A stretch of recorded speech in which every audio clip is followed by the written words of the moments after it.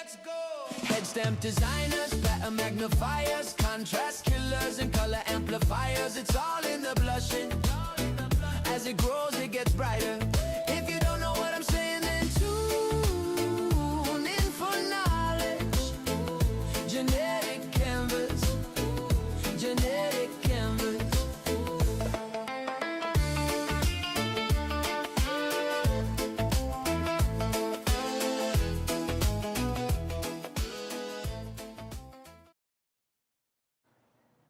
What's up, everybody, and happy Sunday. Welcome to the Genetic Canvas, where we break down a mutation every week or dive into a breeder's collection and do a detailed genetic sifting through the collection and projects.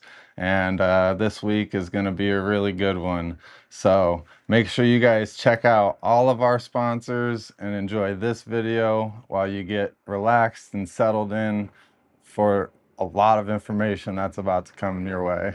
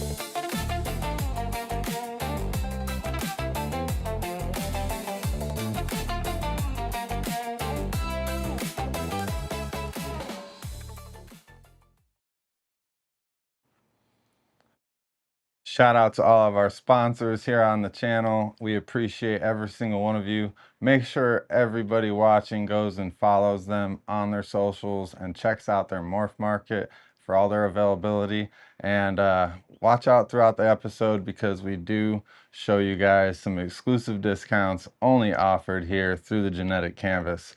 And through Instagram, through our previews as well. But make sure you guys are utilizing those amazing discounts.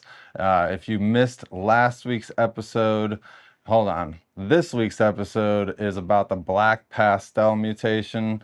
And we know that there's many lines of the Black Pastel mutation now, and we have yet to really see a visual representation of each separately, tested out and all of that, so that'll be interesting. But today we are going to dive more so into kind of the older lines, the Leeson line Black Pastel that originated the Trick, which we now know is the same as Hurricane, Blitz, and you know, that's now like a little complex of the same mutation. So not really a complex, just three names of the same mutation. And knowing that now, we can really dig into those differences that I grew up watching and kind of wondering about. And Yeah, having a lot of animals myself, I was scratching my head, wondering like, what's up with this? Why are these so much better and different? So we're gonna dive into that. But last week, if you missed this episode, I really urge you to go back because you'll see by the length of this recap, there was so much great information and amazing animals. So enjoy this short recap of that episode and make sure you go back and catch that. We just kept like buying things, and then I remember sitting on the front porch. Were these a bunch of ones that you purchased? Yeah, we just kept oh yeah, no, that's from our first year. That's our first year of the clutch, and that Super Yeti that's up there at the top was that one from that double het, the Conda double het to Conda double het pairing that we got from Tom, and then that one that's a stripe on his back. I was going to show him here in a little bit. He's from Shadow Line Super Conda stuff, really cool patterning. But those are from our very first clutches. So yeah, we love that. Let's go ahead and bring this up here, the snake cam. There you go. Can you see it? Can you see her okay? Okay, good. I don't have to take the lid off. She'll eat my hand. Perfect. This is a true normal, and she's a good sized snake. She's probably right around 400 grams. That's pretty big. And she's actually from wild caught. Both her parents were wild caught out in Lubbock, Texas area. Yes, we want normals. Yes, we still breed normals. They're very, very much sought after in the species. We actually use it to help strengthen our genes too, because hognose can't be inbred, not for long, unless you want like 3 eyeballs coming out of them. And so she's a true, what I would consider about as normal as you can ever get, brown tones, beige tones. And so then I'll kind of just show what an albino looks like. This one is an albino. She is one-eyed, but she's still a good representation. She has a correct head. She just happened to have one eye. But she's what we consider a red line albino. So a lot of your albinos are more of a yellow tone, and I thought I had one. Now, he's got so much thicker bands of pattern going over. Is there anything that you've seen that is creating that? Is that something that you're line breeding? Yeah, I wish I could say that we had consistency in that. We've held back some animals that have bigger banding like that to see if we can replicate it. But if you look at his clutch mates, there was one male that was an axanthic clutch mate that banded like that. And then everybody else had normal Conda pattern. So it's like, that would be crazy. It doesn't even look like the parents. So it's like, where did that come from? Oh yeah. But why the color is so much better? Sometimes you'll see snows that almost just look white and blanched out. Is she's got red line albino behind her, and so that's one of the things we concentrate on with our snows, is making sure that they have that extra red line or purple line stuff in there that makes them have that extra pinks coming out. So this is an axanthic. This is one of Josh's favorites and one of mine too. But axanthic, of course, the same kind of thing that we deal with other axanthics, is all the reds and oranges are out, but these guys stay crisp. So I'm going to show you the ingredients, then we're going to show you the cake. So if you take a darkening gene like sable, you see how it's just a really saturated brown, deep brown. The background is brown, the saddles are deeper. It's a high melanistic gene. Then you go back to your albino, then you get this, you get the sunburst. So it's a very heavily saturated orange, very deep. And he's probably what I'd consider a medium quality. There's snakes out there that have even more orange saturation than him. And then we don't even have one of the solar flares, but that's a super Conda sunburst or a solar flare, or solar storm, sorry. Ooh, there you go. The glare went away there. That one. This is when you put toffee belly with sable, the color saturation. And of course, again, she's in blue right now. That's Conda also, but they even get like pinks and stuff in them, but their color saturation is absolutely amazing. Heck yeah. So make sure you go back, catch that episode, comment #ReplayGang, so that way I could turn you blue if you're new, and otherwise we knew that you were there and you watched it. We appreciate the support, all the comments. We are not monetized here on the channel to keep the show ad-free and to make sure you guys get the best experience. And plain and simple, we want you guys to come here, be able to learn, and take some inspirations from every single episode. We know that we kind of promote them pretty basically as far as having a single gene as the title and all that, but it makes it a little easier to search, and the episodes are full of content. So make sure you guys are sharing them out for us. And shout out to the Herp and Harbins. We got them up there on the hat. Appreciate the merch. And also down here on the shirt, we got Bill and Kate at the Heart of the Pythons. They got the big logo on the back, but I don't have enough room to turn around here. So shout out to them also for sending the merch. Make sure you guys are reaching out to them and picking up some for yourself. But we are about to dive into the split mutation. And the reason why that incorporates itself into this episode is because it really truly started with the original imported Leeson line Black Pastel. And that's the same animal that the Leeson line trick had originated from, but there was always a high variability with the expression of these trick animals. And going forward, in around 2008, the Blitz was produced. 2009, the Hurricane. 2008, 2009, I think they were produced the same year, 2009. And the Blitz always had the weakest expression. There was still some of that same split mutation going on, but it didn't come from what I would call a super split, because the Leeson line Black Pastel was a trick. And from the data that you can go back and really dig into, every animal in the Black Pastel complex from that line always had eyebrows, and those eyebrows always carried over in a partial sequence to the babies, where some of them had a higher expression of those eyebrows and some of them less, and that was typically due to the trick being carried along with it, and the ones that didn't have the trick still had the eyebrows. Seeing as the expressions that we're seeing nowadays that I'm going to show you guys a lot of line up with that original animal being a super split trick Black Pastel, is the reason why all those babies originally had those eyebrows. And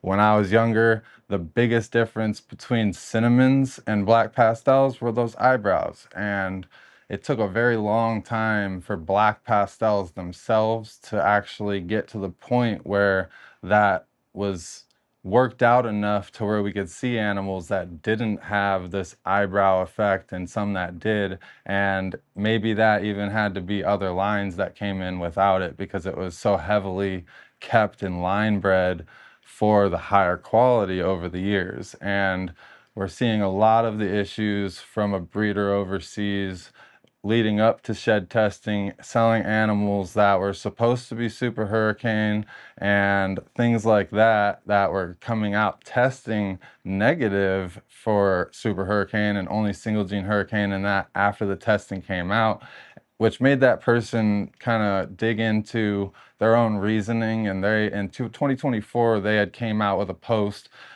stating that they had pretty much identified this other mutation, calling it split. And when that came to light and I saw that post, everything that I questioned from the past made sense.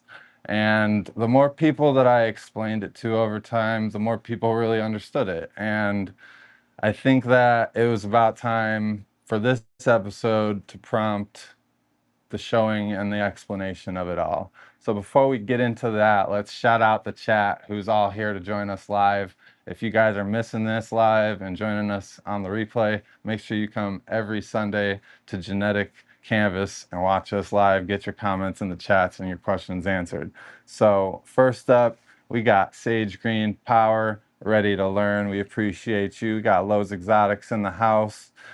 Appreciate you. Dickie Foster in the building. How's it going tonight? Sammy V in the house. Dambala Exotics. Blue Zombie Morphs. Tire Gods Morphs. How's it going tonight?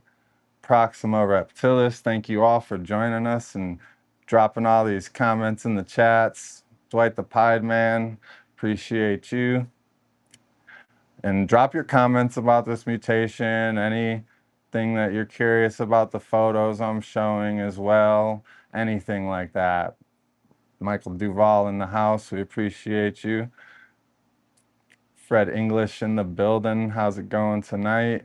How's everything breeding over there? I know you got a lot of cool projects. Leviathan Snakes, Stephen and Courtney in the house, appreciate you coming out. Voodoo Doll Royals Tara, she was just on a live earlier today, or maybe yesterday, I think it was today. How's it going out there? RWO Reptiles Ken, make sure you guys are checking out his broadcast channel. They got a lot of good shows over there from different breeders. Shout out to the RWO clan.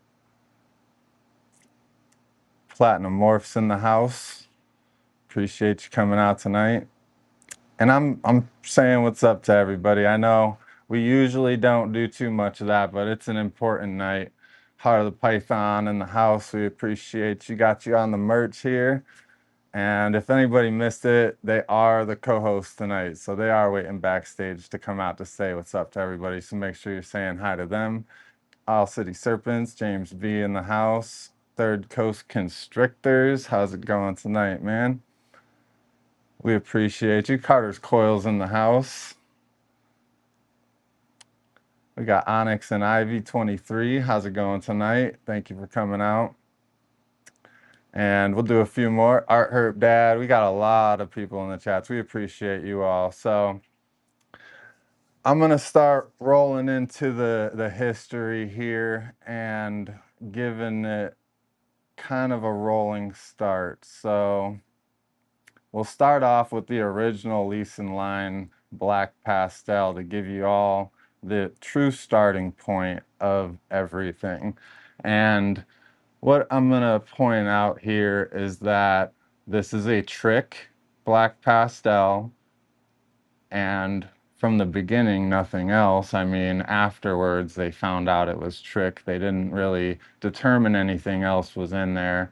They saw everything was tricked out from it, including the Black Pastels that were not trick, and they never really dug into it further. But you can see on the animal inside of the alien heads, there's a dark line splitting the alien head that surrounds the keyhole. And that black line is sometimes apparent on certain lines of Black Pastel, but not in a bold black scalation pattern, more of like a faint airbrushed pattern. And that could be normal, but the split mutation really brings out the black scales actually piercing through the outlining of the keyholes. And it also creates a very thin dorsal pattern, which tends to be much darker without any kind of toning or blushing or coppering from the blushing or anything like that, unless you get some other mutations in it. And from this animal, they had discovered that there was the Leeson line trick.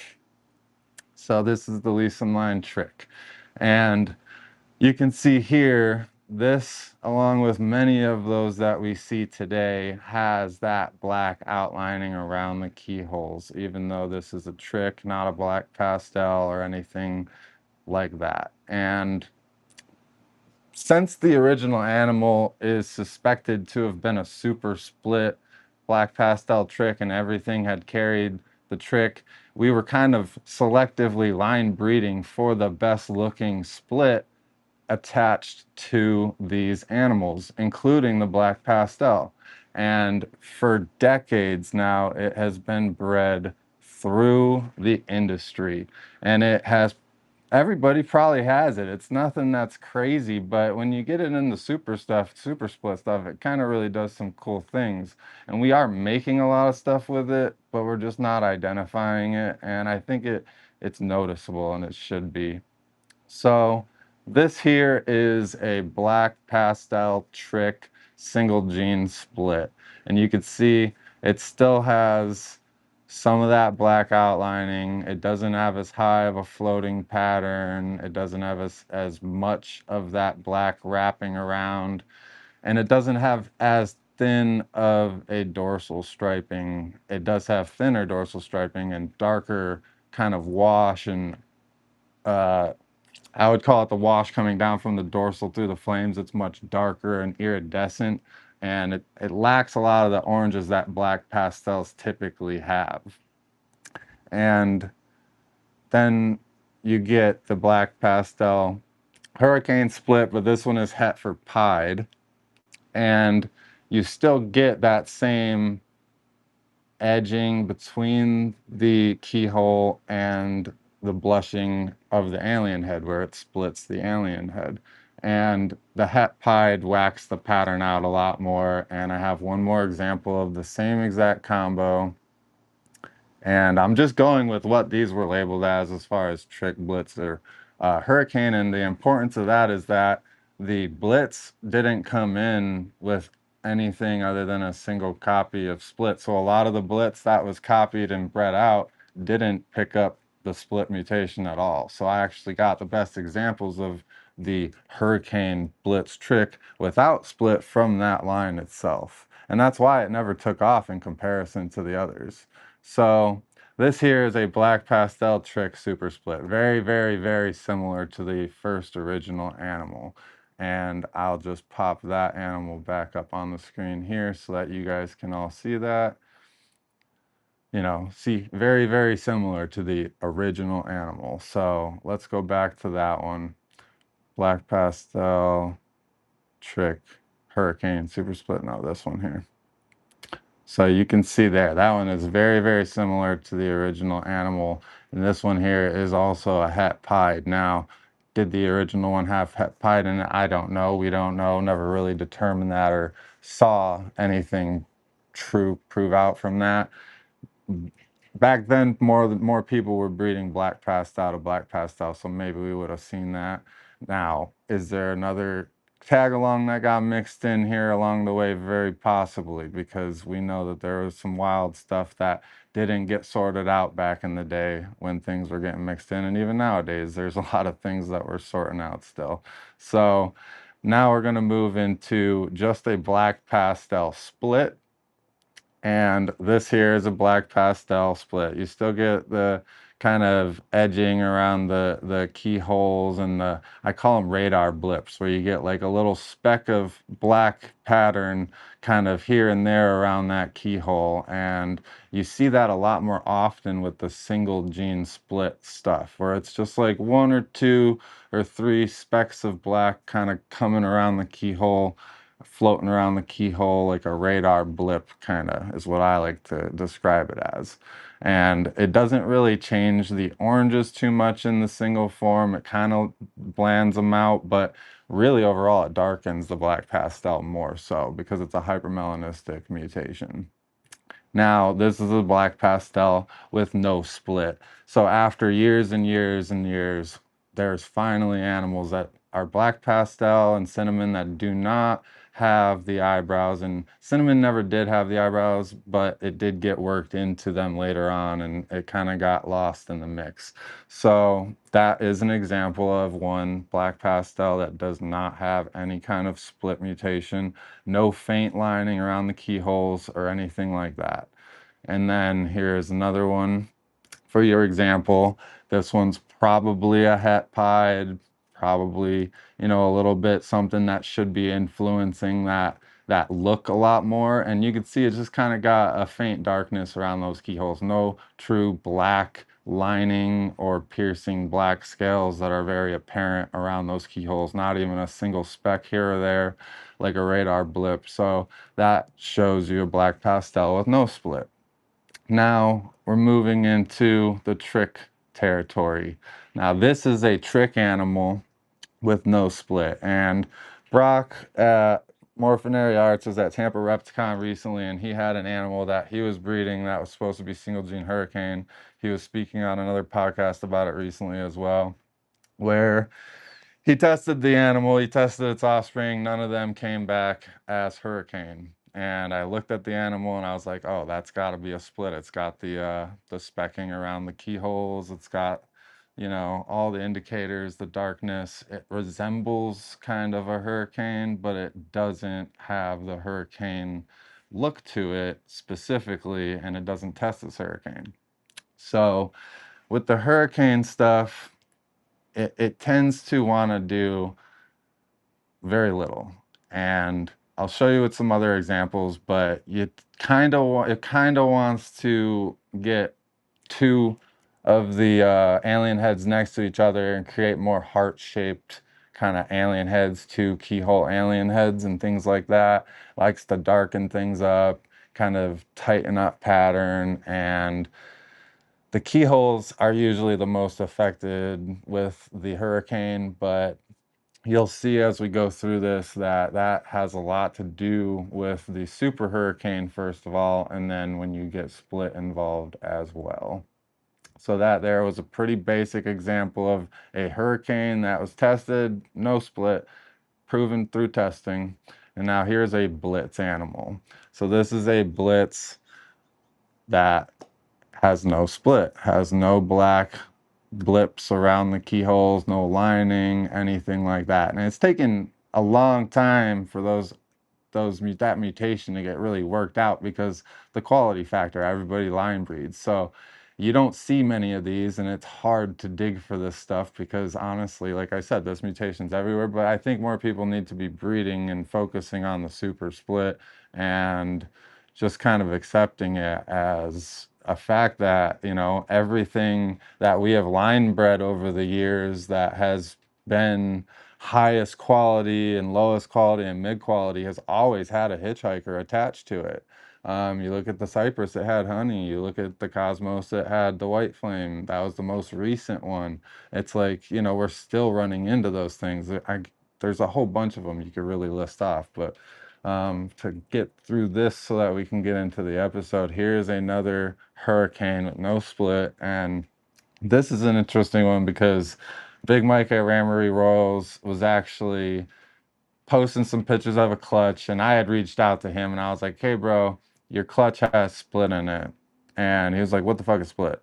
And I don't ever swear, but that was his words. So I had to explain to him, and this is not the animal that it came from. And you can see here and the difference in the next animal with the split mutation, which one it came from.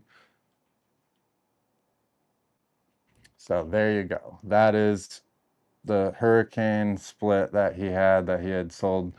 I don't know when he sold it, but I just pulled it off of the sold section of the morph market, and you could see the accentuated patterning and the extra black markings around the keyholes. That is the telltale sign of split. And the dorsals are also extra black. They don't give away too much blushing through that dorsal at all. And the super split stuff is even crazier. That's when you get like the little hooking and loops, and we'll get into that too. So now we're going to get into some more non-split stuff. So here is a hurricane yellow belly with no split. And you can see it has no kind of markings around the keyholes. Very, very clearly the heart-shaped hurricane pattern accentuated by the yellow belly with the brighter kind of yellow dorsal, kind of like, you know, more blonde dorsal. And it even lends way to that blushing that's more redder, getting that redder tone into the alien heads. No split. Now, we get into the next one, another one. It's an older hurricane yellow belly, again with no split. Has a little bit of wonkiness because of the yellow belly, but no true like actual lining or black specking that's consistent throughout its pattern around anything other than like the granulation from that yellow belly. No higher expression except for from the yellow belly. You know, yellow belly hurricane always likes to accentuate the expression because they work well together. Now, the next animal in mine, you know, forgive me, I'm just trying to work through these pretty quick.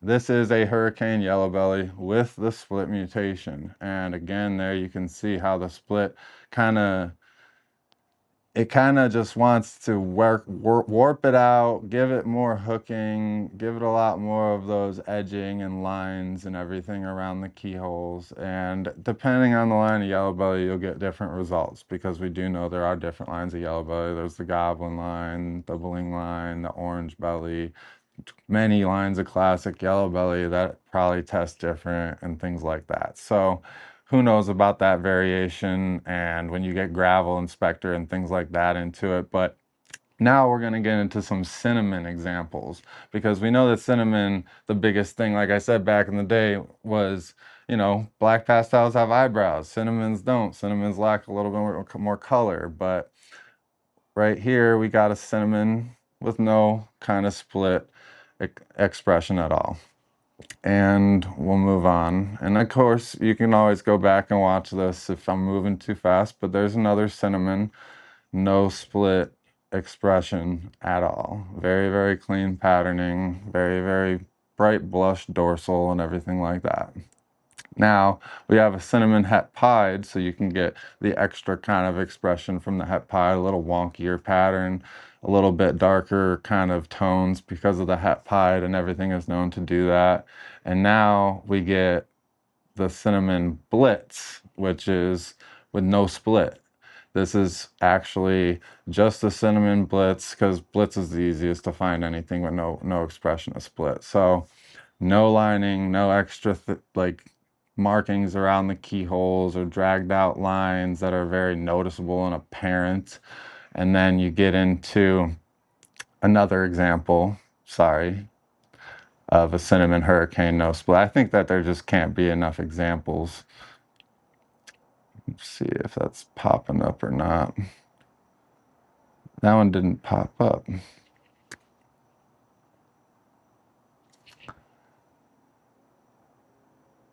Oh, there we go. So that is another cinnamon hurricane with no split again.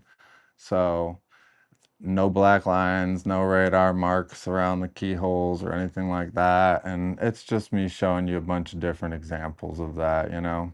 I just want to be as thorough as possible in a short segment, and then here is when you get the split involved. And I think it's very clear what I'm talking about with the black lining around the keyholes and the dragging out, and the thinning of the dorsal pattern, the extra darkness that doesn't allow to as much blushing in the dorsal, all of that.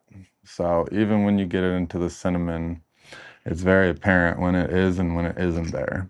And it's proven through tests or through breeding that it's about a 50-50 split. So it's proven as a homozygous or incomplete dominant, and it has a very clear super form. So here's a Barnhart Black Pastel now, because I know a lot of people are interested about this one, because Barnhart is known to have one of the highest kind of airbrushed darkness rings around that keyhole already. So it almost looks like it's actually expressing a split mutation, but it isn't. It's just a different line of black pastel, and it was very, very difficult to find examples for you all, but this is one with no split. And going forward, here is a Barnhart Black Pastel with the split mutation. And you can see in that dark airbrushed blushing, you get a lot of those bold black scales that are just bam in your face shining through. It likes to whack out the pattern more, kind of turn those keyholes into like Tesla signs almost. It's really cool. I love what it does in this combo here with the Barnhart Black Pastel. That's, to me, really amazing, honestly. I don't know what a super looks like, a super split Barnhart looks like, but that would be cool to see. We get into some other combos to try to see it in other stuff here. So this is supposed to be a banana hurricane, but it's supposed to not have any split. Now, the question is, because the split in the single form and the hurricane in the single form kind of look a little similar, like they can be confused for one another if you're not looking for the right things. Is this actually the hurricane version or just a single gene split banana. I would believe it was just a single gene split banana myself, but this is an old listing. It probably wasn't tested, so we wouldn't really exactly know. And I'm going to give you examples to base your own opinion on here, because I think it's pretty clear that that was like a single gene split without any, and it was pastel as well. I don't think anybody caught that, but see, the head's very, very white. The pattern's a lot more blonde and blushed out. So that was missed in the listing as well. But I believe that's a single gene pastel split banana. And if you work with banana or know much about banana, banana kind of likes to normalize pattern and not allow it to be as wild as it wants to be. So that's going to come into play with these examples as well. So the Barnhart, that one snuck in here, but here's a Barnhart Black Pastel Orange Dream with no split expression at all. And then that one going forward, we're going to get into a Barnhart Black Pastel Orange Dream with the split, and it's in different lighting. And, you know, we all know the differences with the different ODs and controversies with the high OD and all that as well. So I think that's going to be a nice episode to do later on when they kind of get more details on that. But here you can see Barnhart Black Pastel Orange Dream, and clearly the split is involved. It's got a lot of the black markings around the keyholes, a thinner dorsal, just a different expression in the pattern too. So keep your eye out for this stuff and focus on it. Just kind of pay attention. That's what this episode is about. Education for attention to the morph and the details, because it's important. Here is another Orange Dream Barnhart Black Pastel with the split mutation. A little bit harder to see if you kind of zoom in on the alien heads here. You can see some specking around the keyholes, like the one very close to the front left of the camera. Just one speck on that one, but that's because this one likely includes the scrambler mutation, which it does show a lot of the expressions of the scrambler mutation kind of working together with that dorsal stripe, that thinned out dorsal stripe, to really accentuate that stripe, lift up that pattern towards the tail and the back, whereas the last one didn't have that from the split. Kind of wanted to work against Orange Dream dragging at the tail. And then you also get it on the front of the neck there. It looks like the scrambler is involved. And you can see here at the bottom, it is possible scrambler. So I would attest to that being scrambler. I know that that's a controversial morph, but if you don't believe in that, that's not my problem. I do. It's definitely proven itself just like the split, and that's why I'm here to testify for the mutation, not necessarily anything else. That's it. I know what I see with the mutation. So here is my own personal animal I owned back in the day, which was a hurricane pinstripe. And for years I was like, why did that snake look so much better? Even when I bought it because I was like, this has to be a super hurricane. And I asked the pairing and it was not a super hurricane pairing. And I was like, well, what the hell? And I still bought it because I was like, maybe it was the special in the pairing, but it wasn't the special in the pairing. It tested negative for that. So it ended up being the split mutation.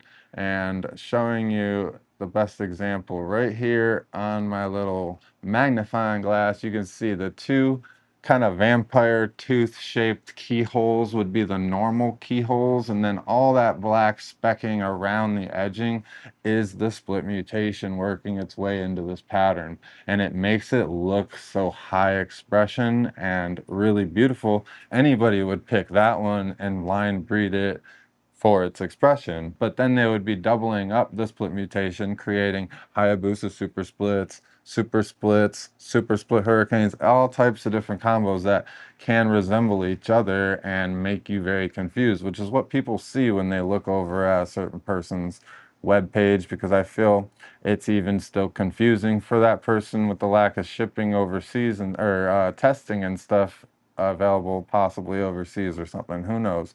But the facts are here, you know. These are the facts, and that is a pinstripe blitz with no split mutation. You can see a 2 keyhole pattern pretty much per alien head.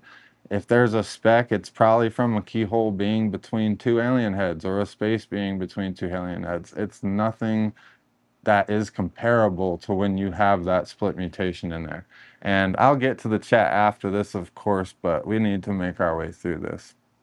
So this is another example of a nice pinstripe blitz or hurricane. This one is the blitz with no split. Again, a very simple double keyhole pattern per alien head, sometimes grouping into 3 or 4 when they mash together. Nothing too crazy, very typical. And very heart-shaped patterns because that's what you get with the hurricane as well. So, and then this is just kind of a magnification again on 2 of those alien heads showing just the typical 2-dot pattern of the pinstripe there. Now, here's a fire blitz, or a fire hurricane, or fire trick, however you want to say it, and doesn't have any split mutation in there that I could tell at all. And I didn't have the exact comparison with the split. I didn't dig for it, honestly. I had a lot to do here. But here is a fire split with no hurricane. So this animal just picked up the split mutation. And you can see how it wants to thin out and break apart those keyholes a little bit. And this one I cannot 100% confirm, but that seems to be the only difference that it could be between this and other fire hurricanes that I was looking at, without any hurricane in it. So it kind of popped up as one that was being sold as a blitz, and I was like, that's another one that looks like it was likely listed because it resembles a fire blitz kind of, and they were like, what else could it be? But I'm here to say it's likely a fire split. I mean, I can't confirm though. Now we get into the albino stuff. Very typical albino hurricane, albino blitz, no split. Now we take that and we put the split on top, and bam, you get that thin dorsal stripe, that really high contrast of the whites because of the blacks that you would be getting, and then a lot of the extra black flecking and everything through, or well, it would be white now, and it kind of more shreds up the keyholes in the albino, because albino is another one of those mutations that wants to try to normalize patterns and not let them be as wild as they want to be. So very cool examples there side by side. Now here is the banana hurricane with no split at all. There's no extra markings around the keyholes. There's nothing that jumps out. Maybe it has another mutation in there, but it's just a banana hurricane with no split. I couldn't see anything that would be different otherwise. Banana's tricky because it normalizes a lot more than the albinos, like I was saying. But now here's a banana hurricane with a split. Much, much deeper, darker purples from the blacks that come through.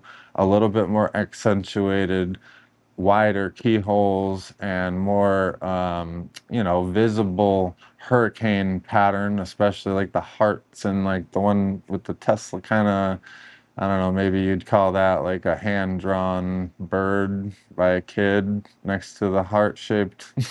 That's how I used to draw. I probably still draw them like a McDonald's M. But, and down there at the bottom curve where the spine swoops around and up, you can see on the top side of that curve, 2 of the keyholes actually have spots above them. And that's that extra spotting coming around, the black spotting, and they just turn purple. And I got some better angles of some banana stuff here. So this was a better view of that one that was controversial. Like, is it pastel banana blitz or is it pastel banana split by itself? But either way, if it's the blitz version, it doesn't have the split. If it's the split version, it doesn't have the blitz. And here's a banana hurricane with the split, and this one also could be pastel just because of how whited out that head is. But you can see clearly around the keyholes, the splitting and kind of shredding of the pattern, thinning out that top side of the hurricane heart-shaped alien head.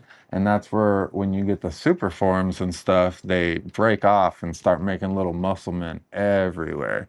So We get the Banana Hurricane Super Split next. And like I said, the Banana Hurricane, or Banana likes to normalize, so it doesn't want to allow as much of those muscle men arms, but it allows it to get so thin at the top of those alien heads.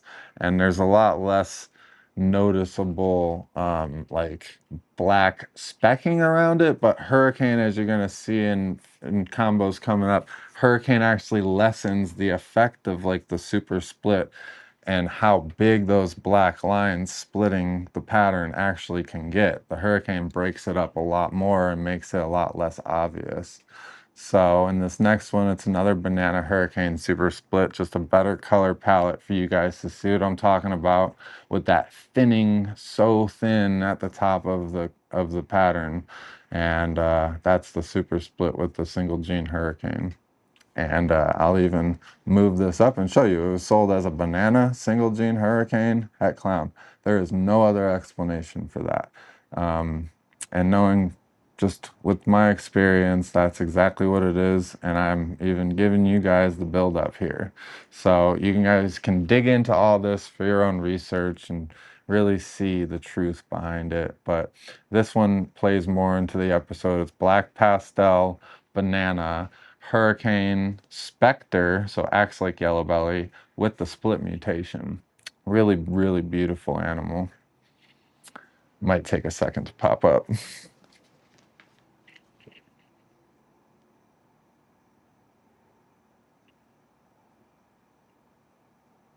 There it is. So that animal is just incredible. I think that without it, you wouldn't get as much contrast without that split mutation. But the split mutation, I can't tell if it's a super or a single gene in this one, but it's there. And that is a really, really beautiful animal. But that's just another example to kind of close out the banana stuff. And here's another one that was just an aware listing. You know, this is somebody that already has been clued in maybe on their own to what they have with the split gene. I actually think that that animal could be expressing the super split mutation in that combo with the black pastel as well. But that's only because so many people have bred for the high expression and held back high expression and produced high expression that they're breeding split to split. So you're going to get a lot of really, really amazing looking high expression split animals. And then now we're getting into the territory of breaking down the supers.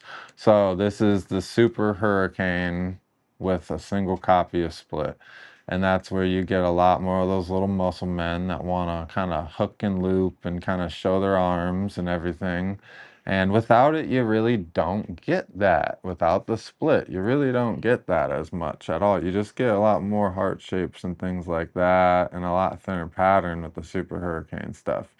Now you get the Hurricane Super Split. So now this is showing how it's a hypermelanistic homozygous mutation.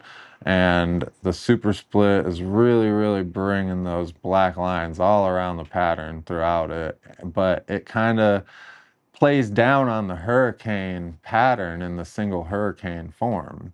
And the hurricane just kind of accentuates the super split, in my opinion.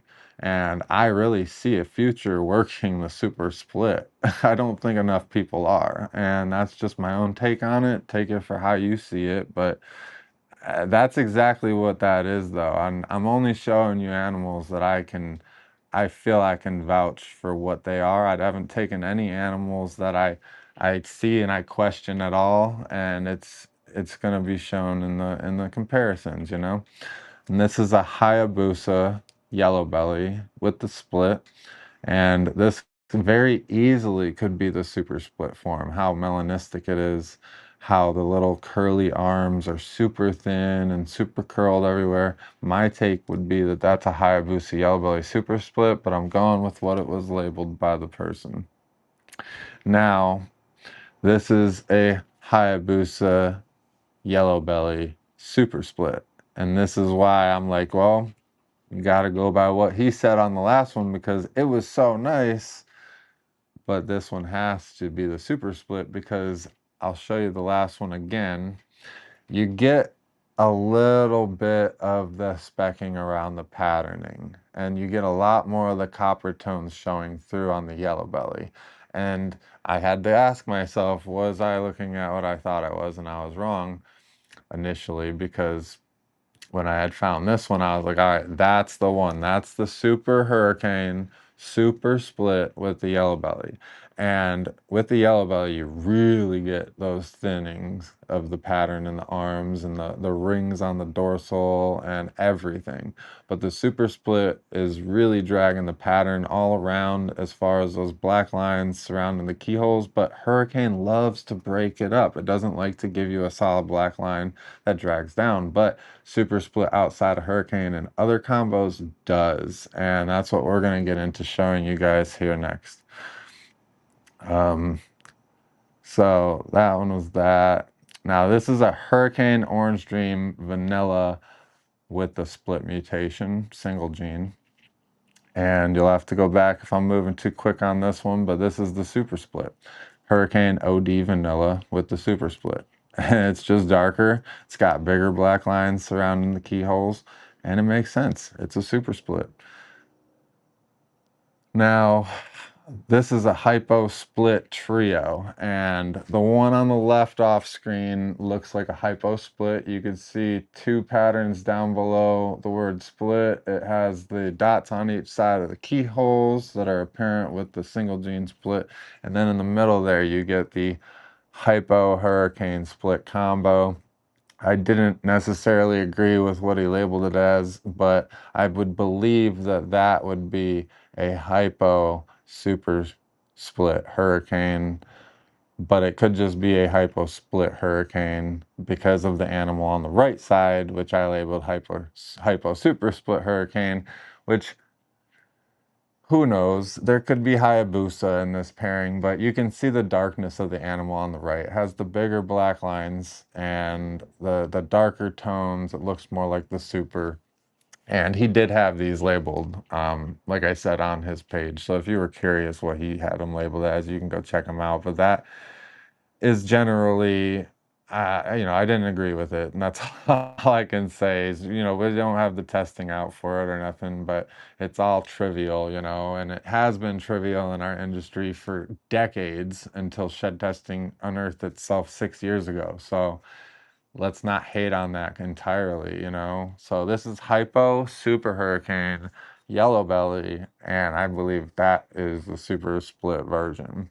Now I have a super split hypo, and that's why I'm kind of leaning into this being the super split version myself.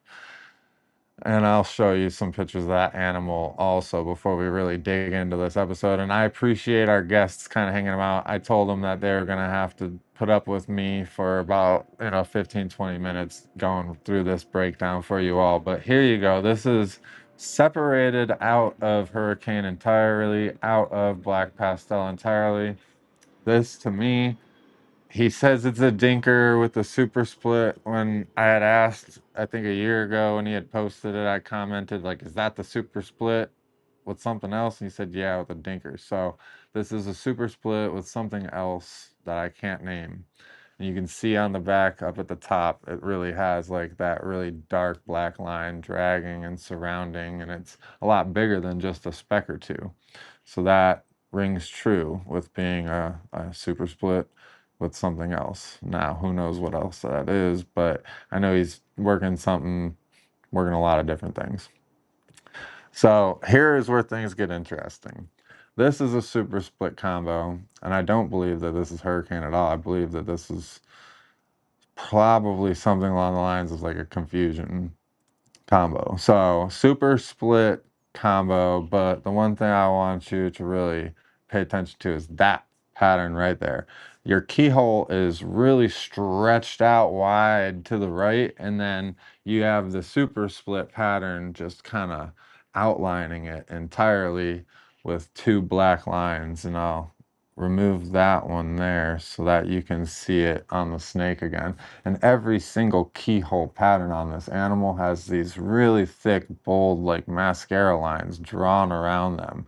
And that's the super split in this animal. The melanism it's an incredible combo that I've not seen anything really comparable to, with that big outlining around the keyholes, and I'm excited to have some myself and to be keyed in on it so I can be focusing it, because I think it can do a lot of really wicked stuff.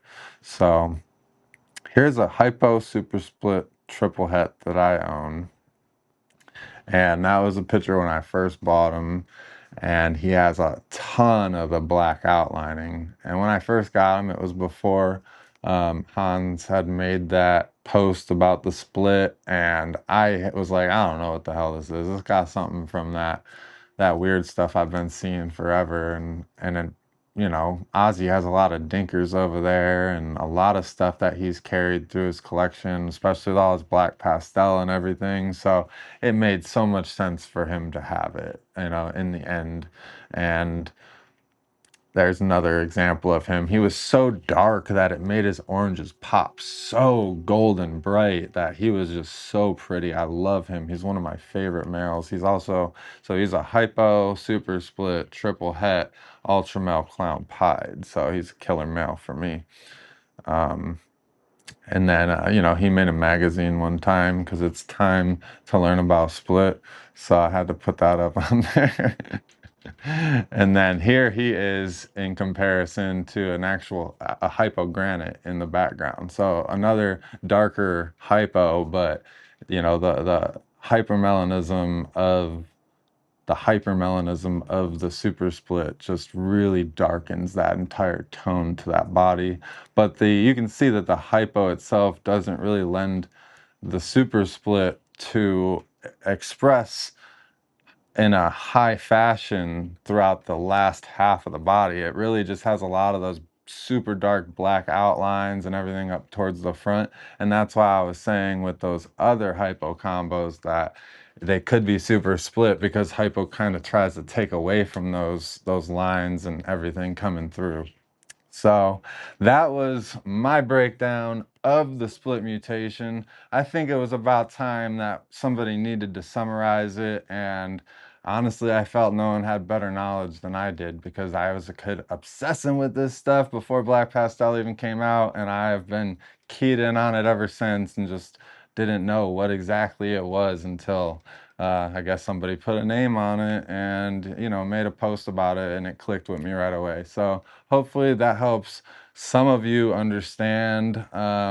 Hopefully everybody kind of comes to an acceptance of this could be a reality if they don't agree with it, and they start doing their own research, because they'll find the facts are there. So let's get on with this Black Pastel episode and invite our guest host, co-host of the night, Bill and Kate with Heart of the Python. How's it going, guys? Hey, that was informative. Yeah. Yeah, she was going through all of our snakes that you had told us had split as you were talking about it. I was like, this one does. Comparing it to the picture. So you guys were a great co-host for tonight for that reason. I don't remember if you reached out to me, or how did that go initially when you guys thought you had the split? Did I reach out to you and say, hey? Yeah, you had seen the hurricane, and then you told us split girl that was het monarch that I had put up, and you told us like, hey, you know, this animal might have split, you know, do you want to show me the pairing? And I showed you Mom, and you're like, yeah, definitely. Yeah, we were always, Mom's just an amazing hurricane, we thought. So. Yeah, she's Hurricane Black Pastel, and she's gorgeous, and she's, you know, well over, you know, 2,000 grams, and she's still just as dark and beautiful as she was when she was young. And I think that animal is actually a super. Did you have any babies that appeared to have no kind of specking around the keyholes? No, we had one, but I think it had Enchi in it too. So I did, when I saw that, I thought it was a super, and I'll show everybody. I saved your pictures for when you were on screen. Mm-hmm. So the top is the mom. Yep. So that one there is a Black Pastel Hurricane, and I think that's a super split. From what I saw at the clutch, every baby had the split mutation. Yep. And just her look, she looks like the original Leeson line Black Pastel trick that suspected to be the same, a super split. So every baby being that expression of black pastel with the eyebrows and the better contrast, it totally made sense to me. And even with the there's just another single gene black pastel split from the clutch, same clutch, right? Yep. Yep.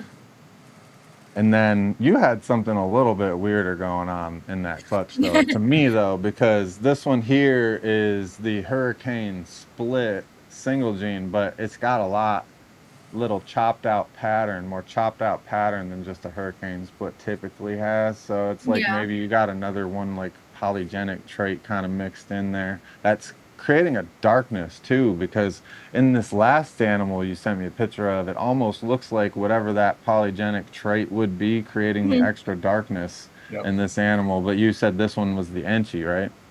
No, the Enchi was a pinstripe. So Oh, okay, yeah. So this one is an oddball here. She's just an oddball. So we Yeah. have two.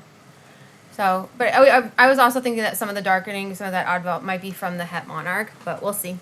Yeah, and that is true too. That could be a split Het Monarch looking influence, because we know from being in the Monarch game that Monarch has a great influence in the Hets. Yeah. I love Monarch's influence. Yeah, me So too. let's go ahead and welcome our guests of the night and get this show rolling. First up, we have Josh with Trinity Herps. How's it going tonight, man? Oh, you're on mute still. Sorry about that. Let me see. I can probably fix it. There you go. I did it. I succeeded in life.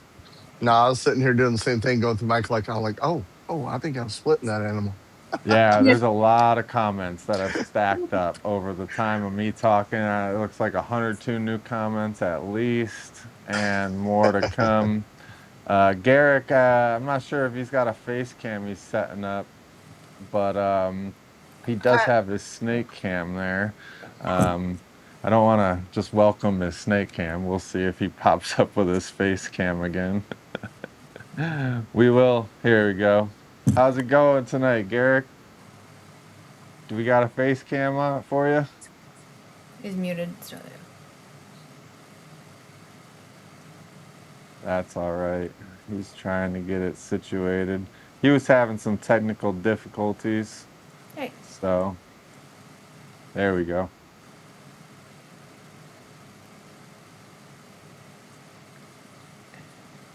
There you go. Ask me to agree to something. Okay. Am I there?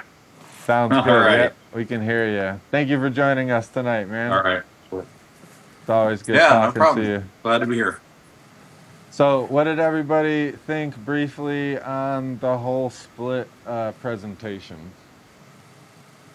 Kind of blew my mind a little bit. I'm very confused, but might have to go rewatch this a couple times. Yeah, I moved pretty quickly because I didn't want. There was a lot of information, and it eats up a lot of the episode running through it. But yeah, what did you think, Josh? You had you scrambling around. Good information. I was sitting over here scrolling through Husbandry Pro. I was like, oh yeah, that one there. There are some people that label it out there as well that have keyed in on it, like I showed. So it's an interesting one. But thank you guys for joining us for the Black Pastel episode. Everybody, I hope everybody that came here to watch the split mutation breakdown live, I hope you guys are also interested in the Black Pastel stuff, because you're going to see a ton of that stuff mixed in through this episode as well, likely. So we'll try to call it out as we see it, just for fun.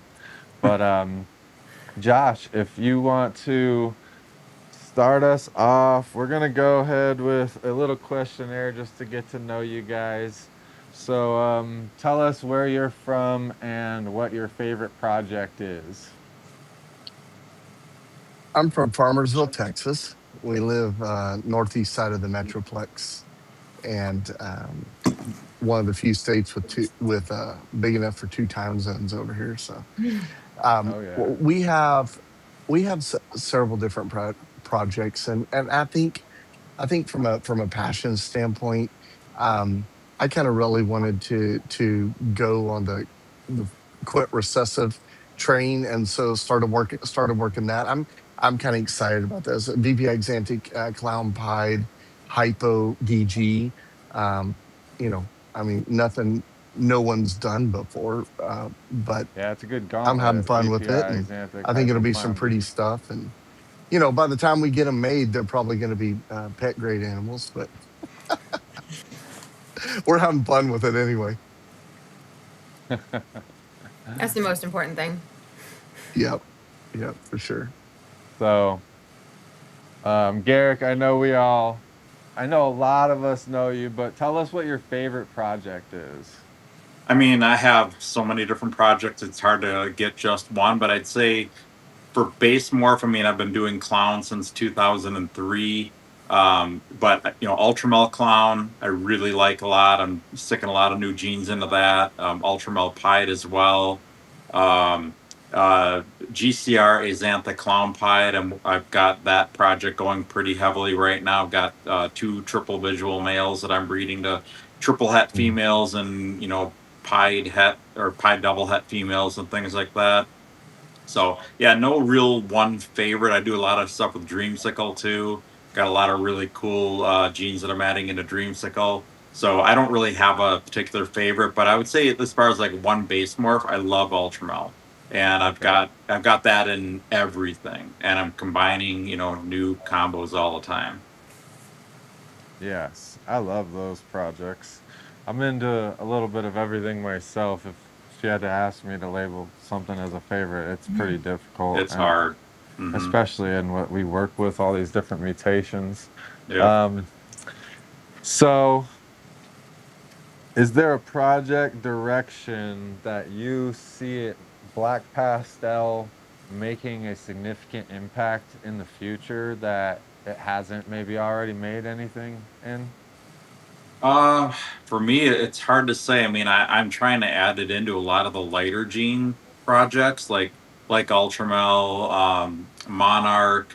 I mean, not the Monarch's light, but it's lighter. Lavender, the original albino.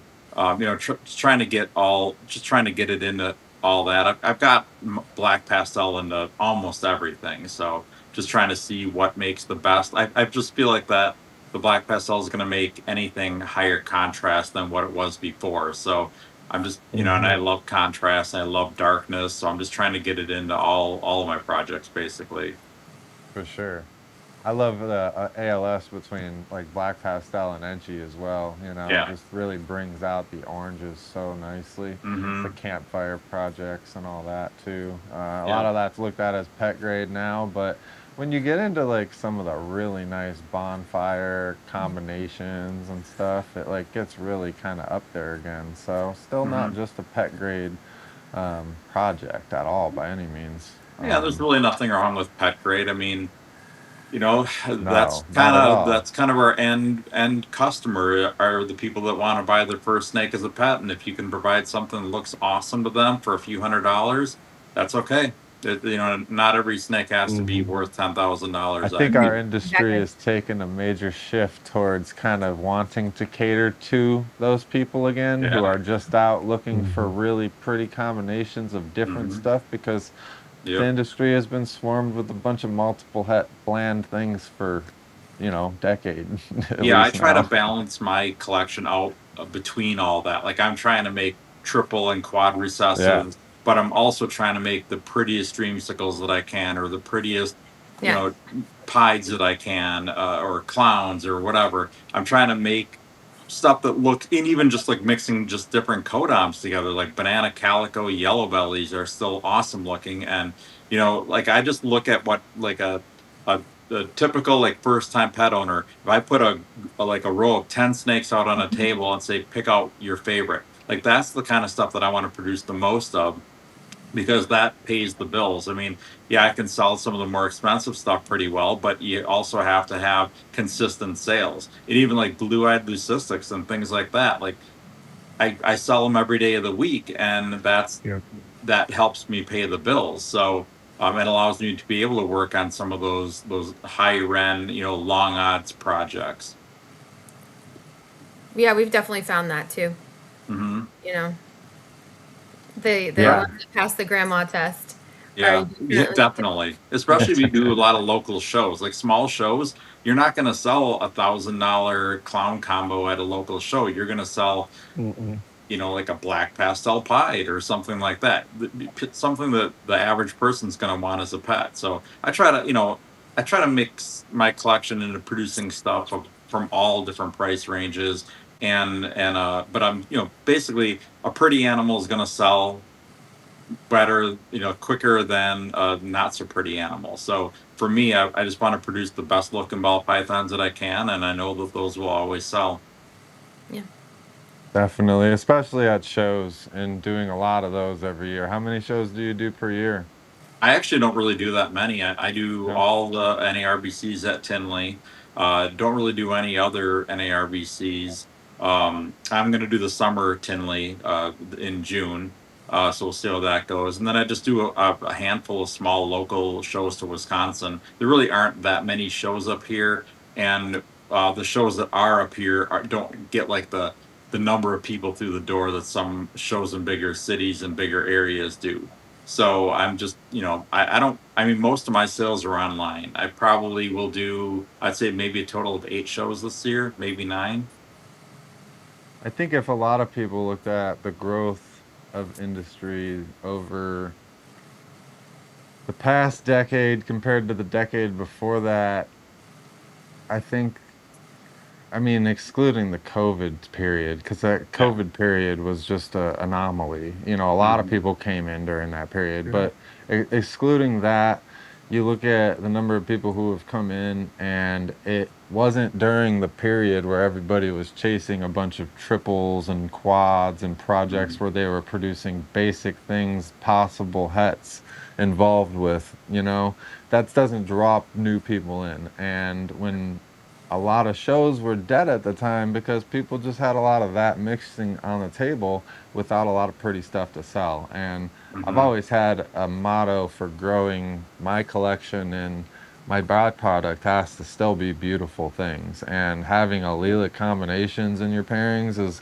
super important in that, no pun intended, because you're always guaranteeing you're not producing a normal. And having higher number of genetics and pairings may lower your odds at times, but you're guaranteeing yourself to always pretty much be producing pretty combos. And if you're stacking together the right animals, you have like crazy chances at multiple things that many people haven't seen yet, you know, as far as combination of genetics nowadays.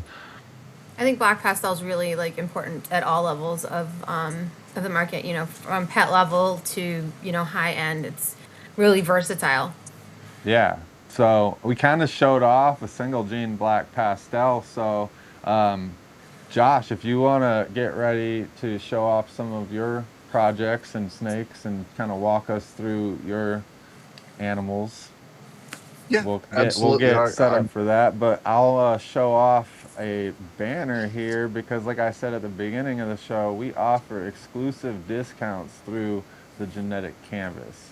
So make sure you guys are utilizing these. We got 10% off your entire order at the Ectothermic Dungeon. That's our homie Jim. Make sure you guys are checking him out on Morph Market and Reptile Ads. He's got some insane forward edge cutting projects. Forward cutting edge projects. Forward facing cutting edge projects. I don't know what I'm saying because his snakes are just that good. And you got to check them out. And then one more we got is Rice Reptiles. This is a huge discount, and they have not told me to stop running it yet. So this might be your last chance. Use code GEM30 through inquiry message or direct private message. Make sure that you guys are letting them know I saw this code on Genetic Canvas. It's GEM30.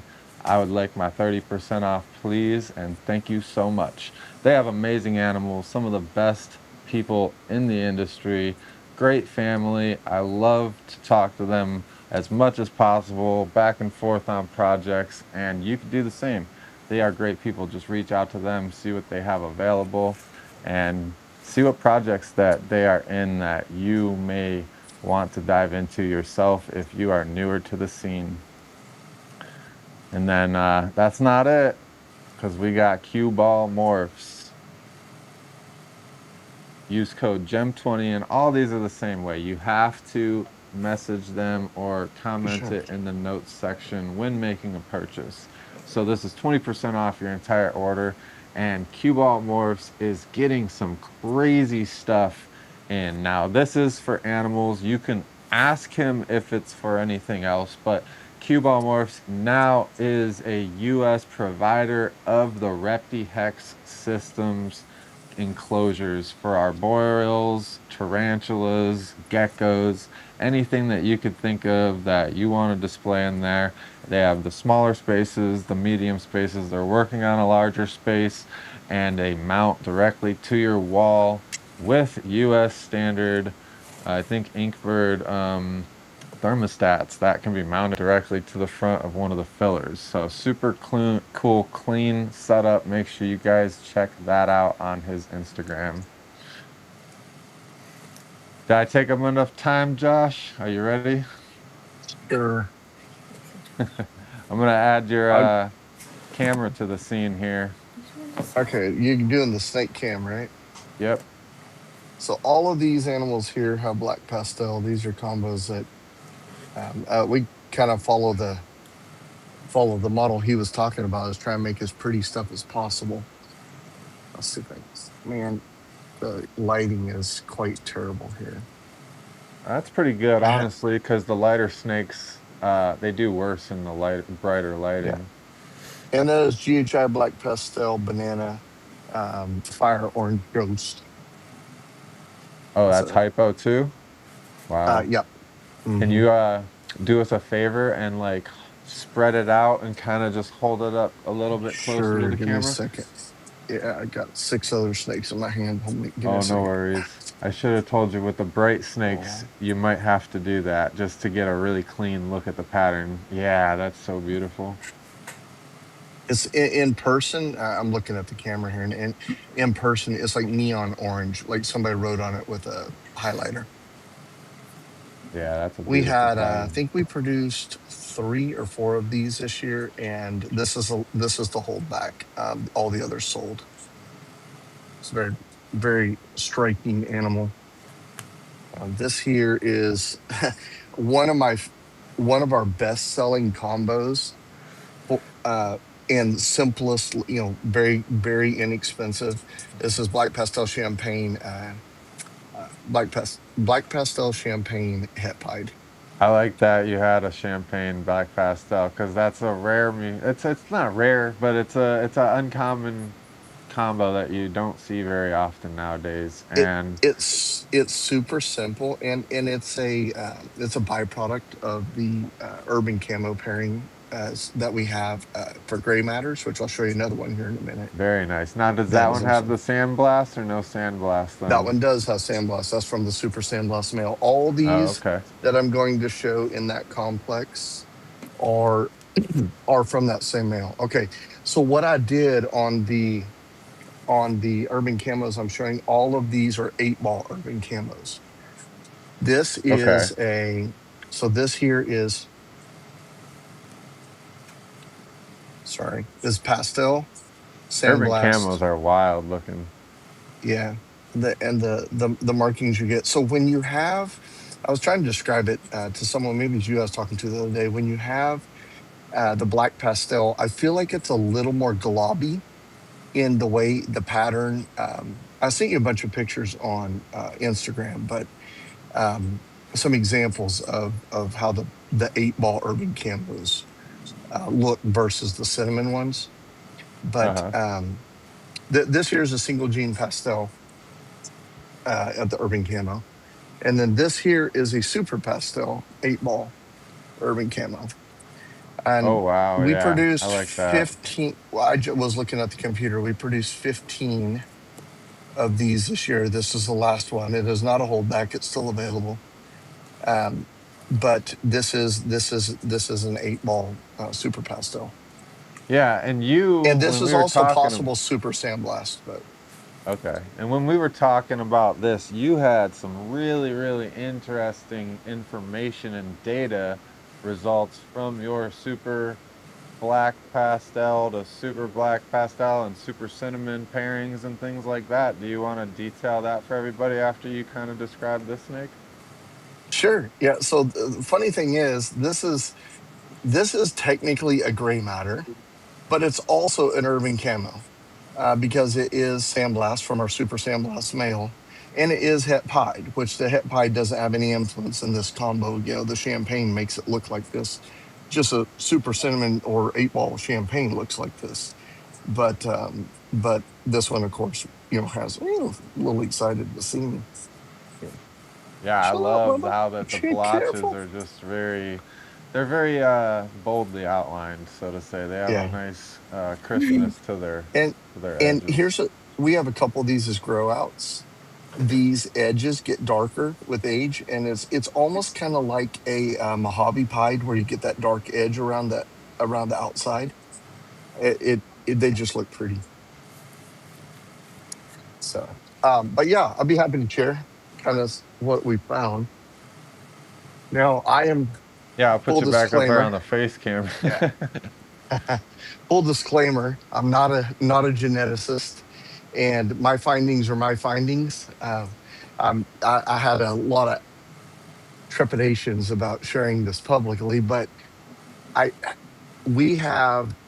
was looking at the data before I got on the show today, and it's over 60. I think it's 63 recorded pairings, and what we have seen is And those in pairings, what were the adults? They were both super to super, correct? Super to super, everything super to super. Yes. So we have Yes. only run in this complex. We've only run super to super, and my goal, everybody out there said, running your incubator lower doesn't work. No matter what you do, you're going to get kinky. And I had a theory, so I decided to try it, and we have successfully this year.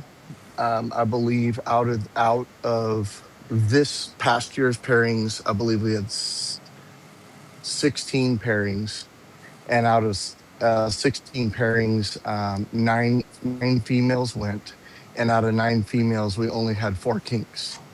So and what was the total essentially number what we of have, babies? you're about to make me lie. I think it was Roughly. it was about 58, 50 to 60, somewhere along in there. So somewhere right around 60, and you only had 4 kinks out of 60. Wow. 4 failure to thrive kinks. Now we had 2. I was looking at my data.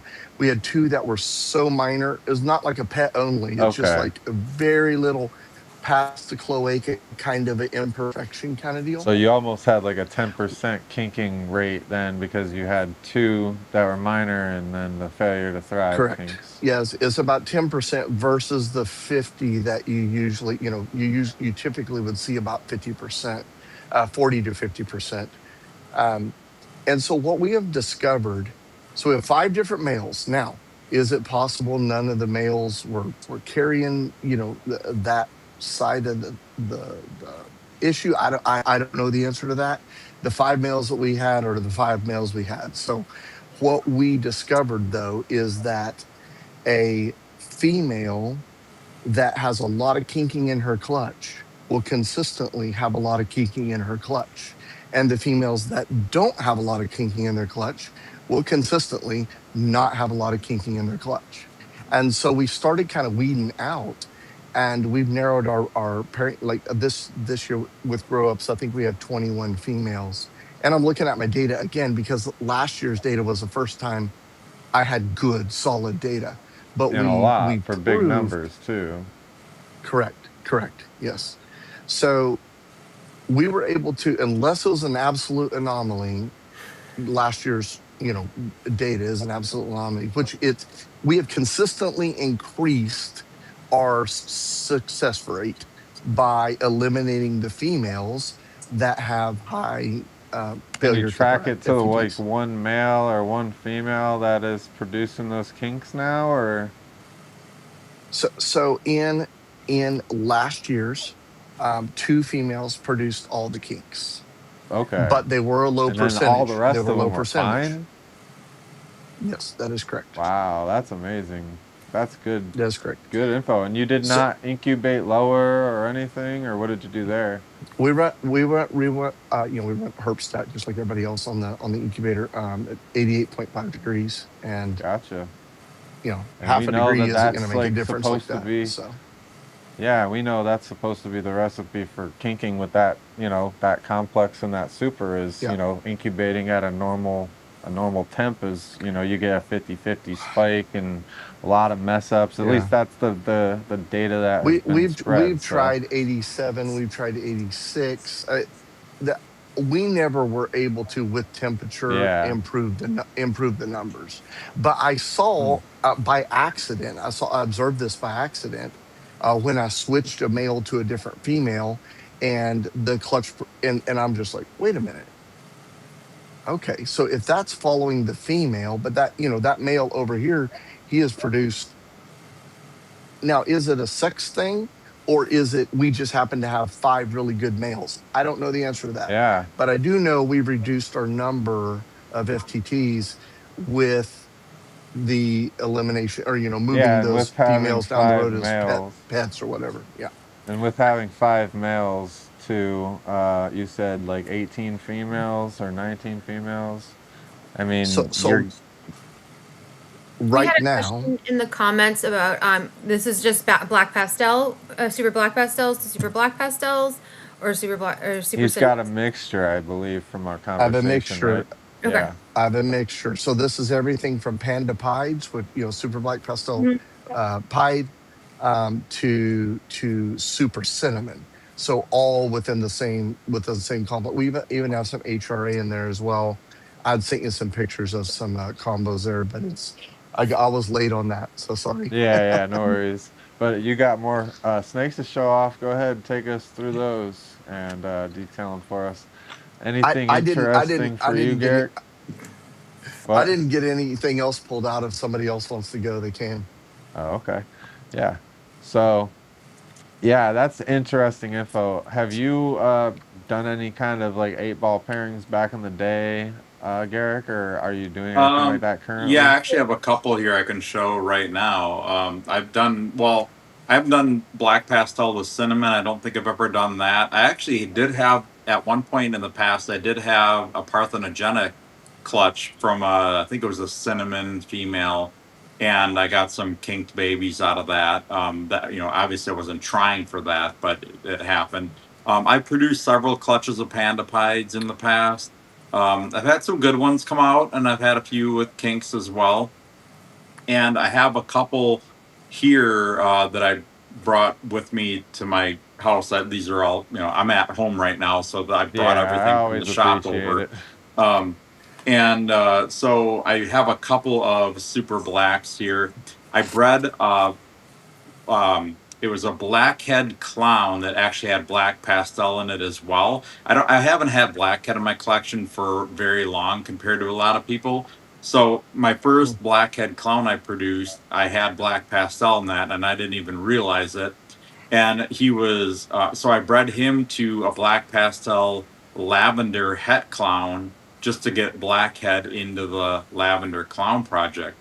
And so when I hatched some super black pastels in the clutch, I was extremely blown away. Like, okay, these can't be parthenogenic because the female is a visual lavender and a visual black pastel. So if it was a parthenogenic, they would have been lavender black pastels or lavender super black pastels. Because they would have always passed on the lavender, yeah. Right. So anyway, I have a couple here right now, and I can hopefully I can figure out how to show them. Yeah, so to clarify that for anybody that misunderstood, if you have a visual albino and you breed it to something and you get a parthenogenic from that animal, it cannot pass on a normal, so you're always going to have visual albino parthenogenic babies. Yeah. But with it being not visual albino, he knew right away it was not parthenogenic. Right. Well, Garrett's trying to figure out how to flip the camera. Can you explain to people who might not know what the 8-ball? Yeah, so at the bottom right, you should have like 3 lines or a camera that you can rotate the button on. But hit the 3 lines, hit settings, and then you can scroll under your picture. Yep, there you go. And I'll make you large here on the screen. Okay. There we go. That's Okay, a so nice this light one is there. yeah, it is fairly light. And this could be blackhead as well, and it could be a visual clown. Okay. So I would think, let me see the head shape on that. Oh yeah, I think that's visual clown. that's what I Super think too. fat cheeks and a nice hourglass, Mhm. short, snubby kind of face. That's clown face. Mhm. I called a super black pastel. I don't know. It was an all black clown, and I was like, I bet that's a visual, and just based on the head shape. And I I have tested produced out. super black pastels that are much darker than this too, especially the panda pieds. Panda pieds are black and white. Like this is more of like a Mhm. dark gray kind of. But so this is the clutch mate from it, and this just shows you what can happen with the super black pastels. Oh See all yeah, the kinks. yeah, the So wiggles. yeah, this snake eats super well. It poops fine and everything, but you know, obviously, it's not a perfect snake by any means. Yeah, and that's So the it's unfortunate unfortunate, but side of I them. did not do that pairing on purpose. I actually haven't even tried for panda pieds in a couple of years. I just kind of decided that I wasn't gonna work on that. What do you think about that data? 10%, 60 babies and only 6 with Yeah, 4 that fatal. That's pretty crazy, I right? was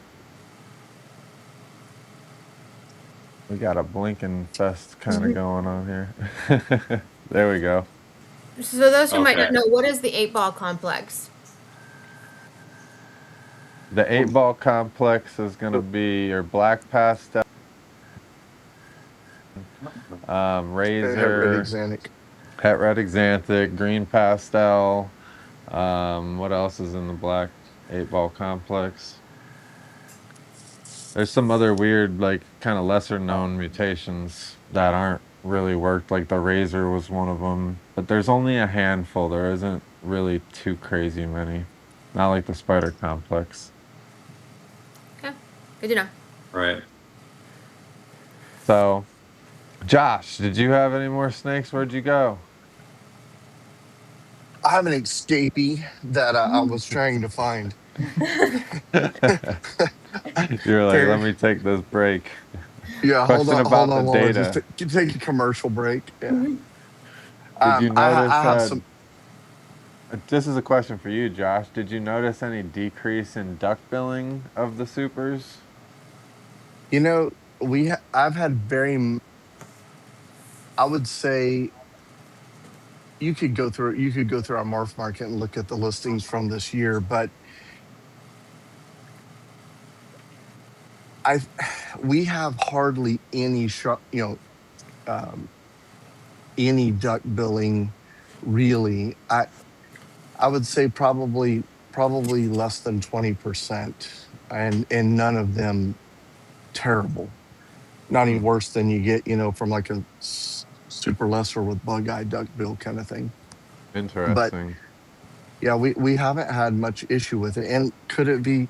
I have some of the line that there's two Barnhart Black Pastels is testable, and there's a Black Pastel testable. And we know there's at least one more that's in Yeah, Canada that's not testable, and we have 6 animals of some strain that isn't testable.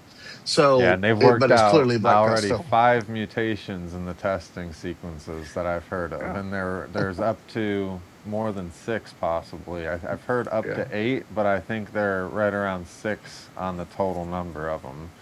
So it's gonna be interesting to see like what differences there is between them all when we get, like I said, that visual kind of representation through Mhm. testing. So let's go ahead and get into the genetic appraisal. Everybody can participate in this because it's rating the black pastel mutation on a sequence of 10 questions from 1 to 10.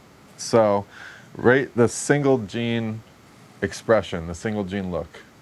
And we'll start with you, Josh, since you're up at the top right. On a scale from 1 to 10, Where does the Black Pastel rank on its own? I'll probably put it around 6. All right, Bill and Kate. I'm an 8. It's one of my favorites. Yeah. Okay. How about you, Garrick? I'm going to split it. I'm going to go 7. 7. I Okay. like the project a lot. I think it works really well with a lot of different projects. Yeah, I'm gonna agree myself with an 8 because I think it's a highly expressive mutation on its own that has a pretty well dominance and influence and other stuff as well. So it gets a higher rating for me. Question number 2. What do you think about its dominance of pattern in combos from a scale from 1 to 10? 10 being a high dominance. Josh? In single gene form? Yes. Oh, man, it really depends on the combo. I don't know. Let's go with 5. Okay. Bill and Kate? I would say like a 7 or 8. You can usually tell if it's there, in a mix. That's true. So, All right, we'll give you 7.5. We do halves here. okay. How about you, Garrick? I'm I gonna only go do 7. halves when people say that, like this or that. Yeah, I'm going to go 7. I think you can usually tell its influence pretty easily in most combos. Some not, but a lot of them you can. So I think 7. Yeah.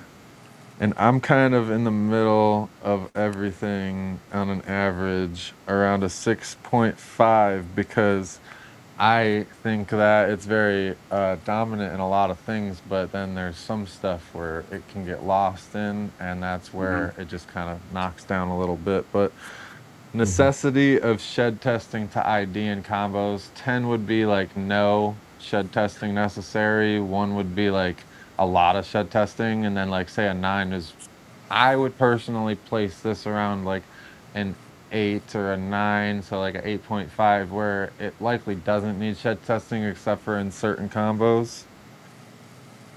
So we'll go backwards. What do you think, Garrick? I'd say probably an 8. Most of the time, it's pretty obvious if it's in there. I know there's some combos, if you stick enough other genes in there, it can mask it a bit. But Yeah. for the combos that I do with Black Pastel, I can normally tell with almost all of it. And how about you guys, Bill and Kate?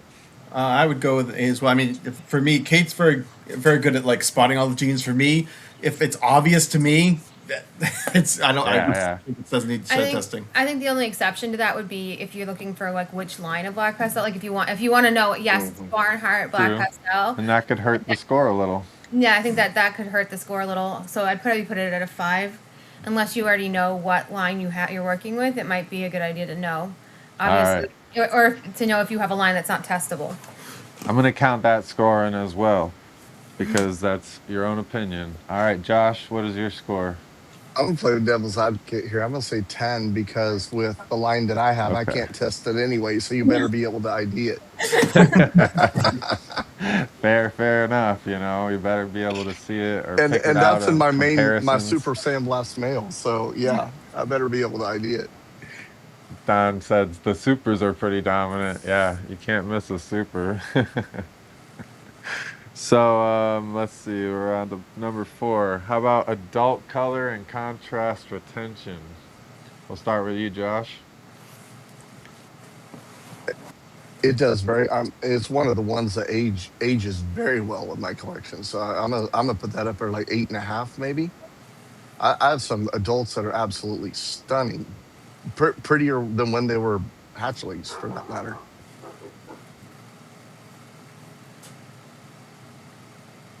Did we lose them? All right, Bill and Kate, how about y'all? I agree.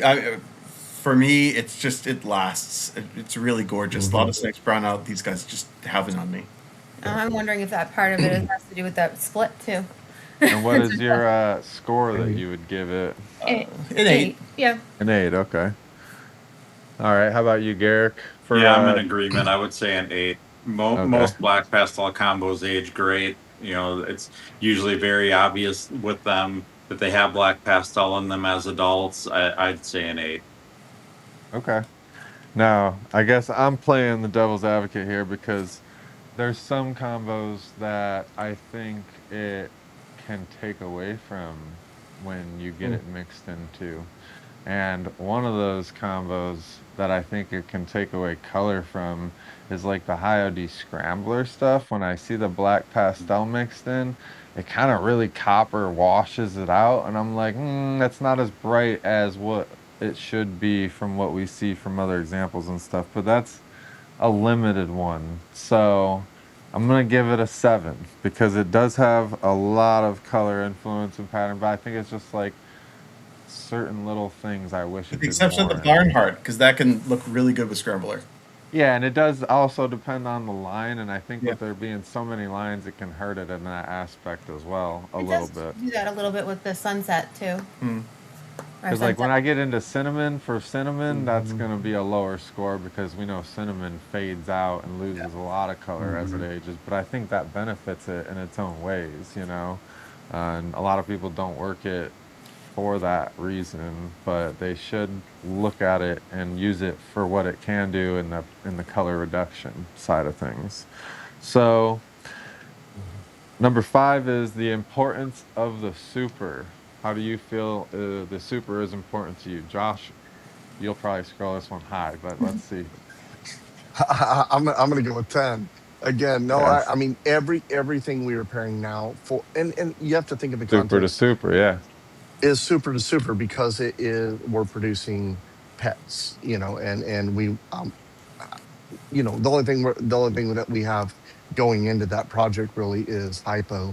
I think DG would look nice in it, but the supers, yeah, that's the only way to Yeah, go, and in Josh my is opinion. totally an anomaly because you're the only person that would be like a 10 because you can back it, you know? Yeah. So, how about you, Bill and Kate? I don't think it's. I mean, because we don't have the like the genetic proof behind it, it's not something we're going to be pairing for. I'll tell you after Yeah. our panda pods. Yeah, we're not making panda pies. Oh, We're gonna okay. make black. We're gonna make the obsidian pies. Is what we're What do doing. you think the importance of the super is overall to the industry, though, with the inclusion of PandaPide and like the gray matter and stuff? Though, do you feel like it's still got some kind of a leg under it? I think there's more push for it, especially in the pet market, to honestly be considered unethical.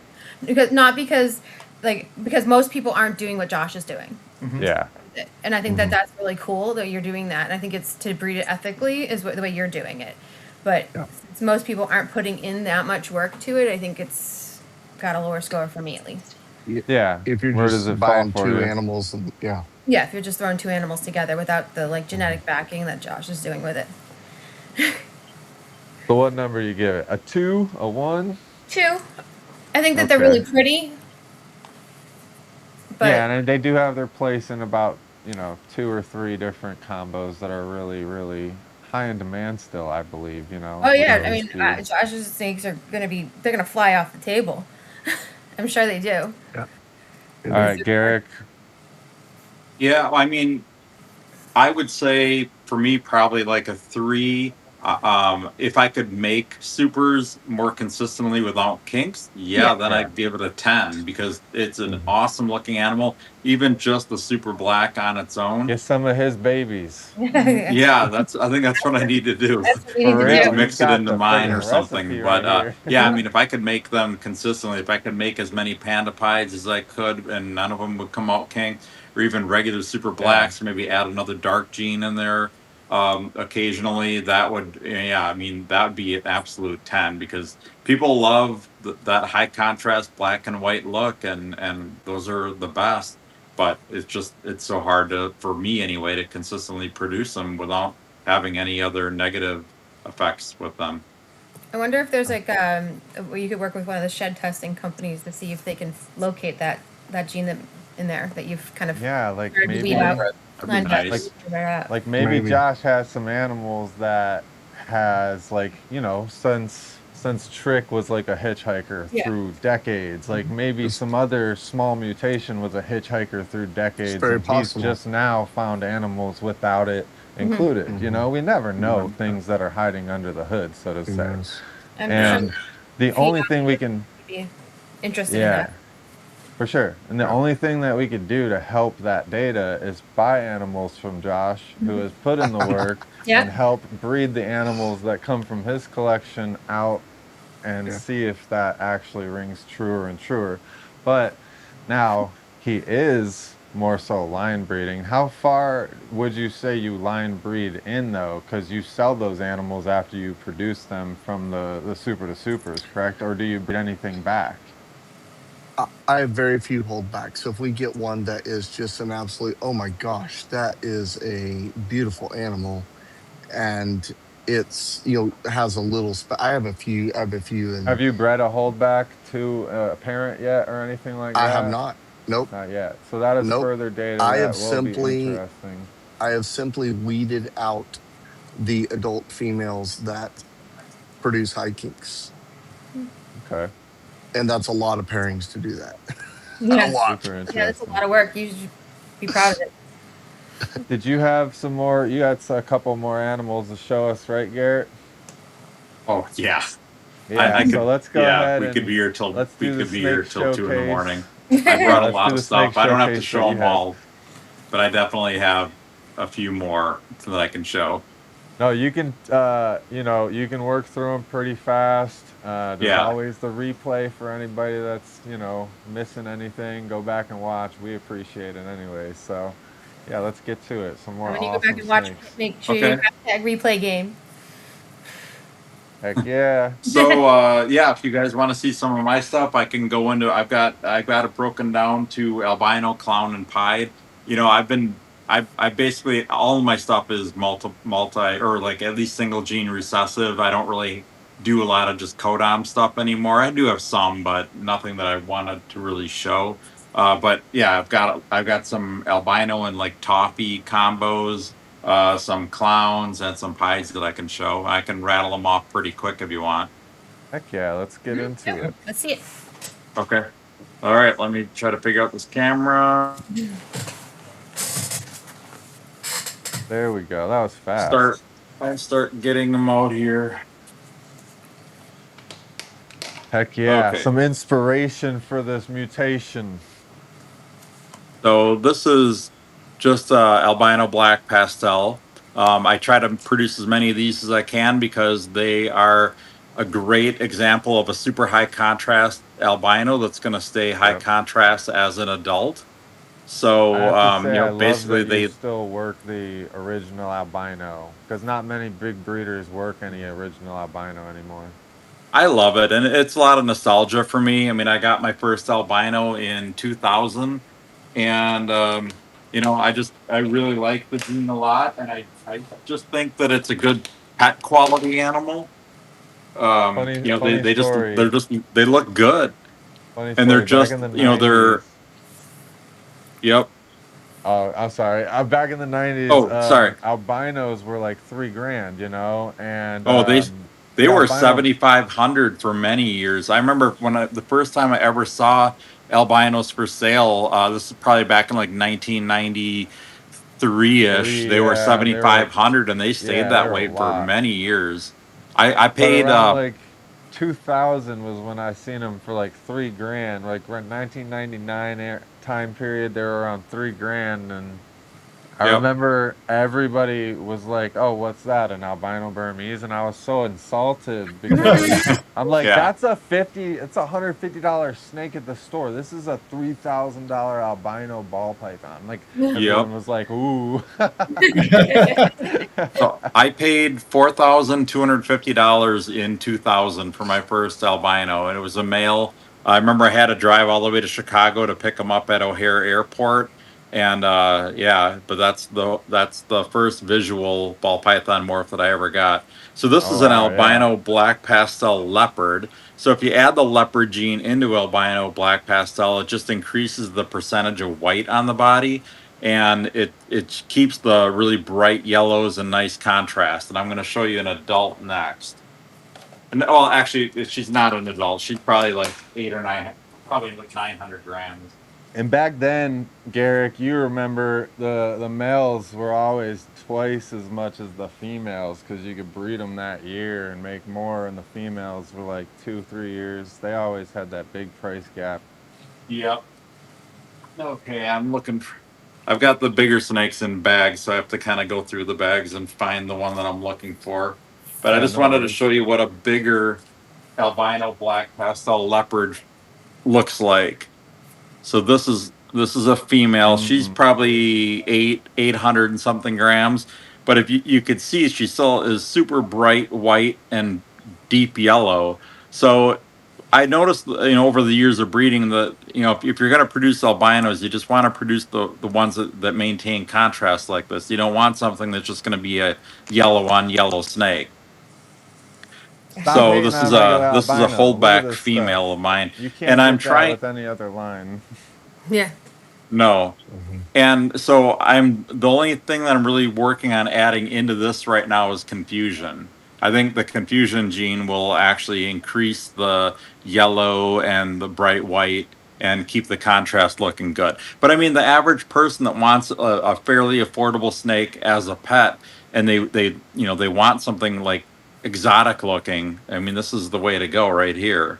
Yeah, Like amazing. I sell these for, I sell baby albino black pastel leopards for probably, I don't know, 300-ish. And I mean, yeah, you're not gonna, make a fortune on that, but I mean, it's a good consistent seller. Oh yeah. And that'll make anybody stop that has never seen a snake like that before in their tracks. Yeah. Yeah, that's a stunning one.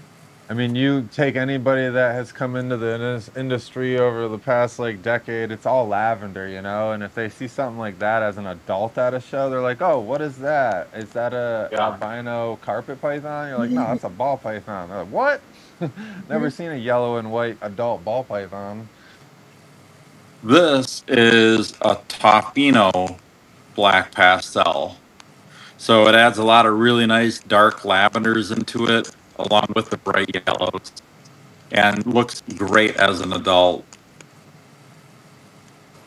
Yeah, it really does. That color really stayed lavender too. Yeah. So when you make candy? it's a Candino or Tofino. Mine is the Tofino line. The ALS version, yep.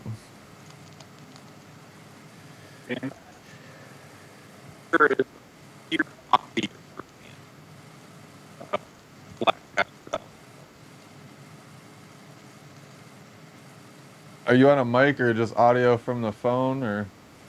Yeah. Is that music doing that? I think the audio just started chopping up a little bit. Yeah, I'm getting a lot of static on my end. I hear you clear now. So what was that one genetically? Mojave?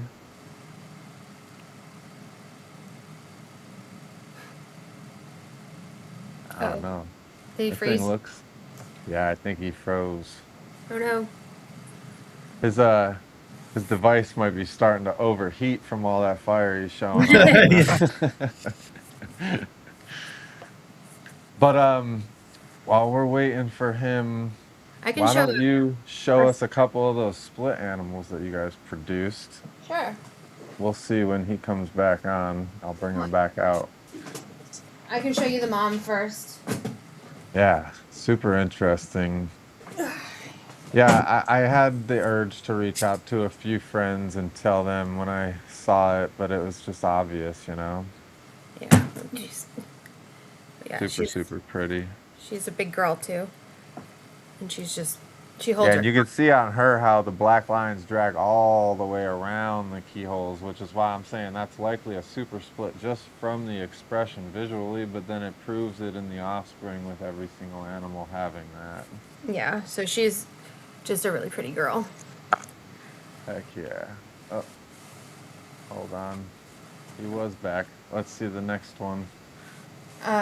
This is one I think is what you kind of told me you thought was like the single gene with maybe something else going on, or maybe the het influence. But this one. Yeah, the weird one. I want to see a better view of that myself. See, something is definitely reducing the heck out of it. And the monarch, we know monarch influence tends to replicate Enchi influence. And that's what you see, kind of that reduction going on, and it's pushing it all up real high.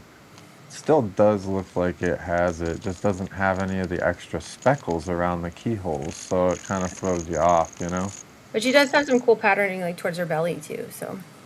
Yeah. Well, thank you. Yep. He's back. I was just bouncing around with screens.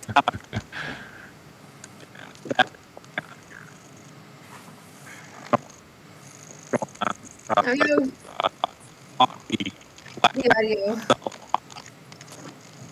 Yeah, Mojave Toffee, Toffino Black Pastel. That's what that looks like. Yeah. Take one from Garrick who's named. Oh. Okay.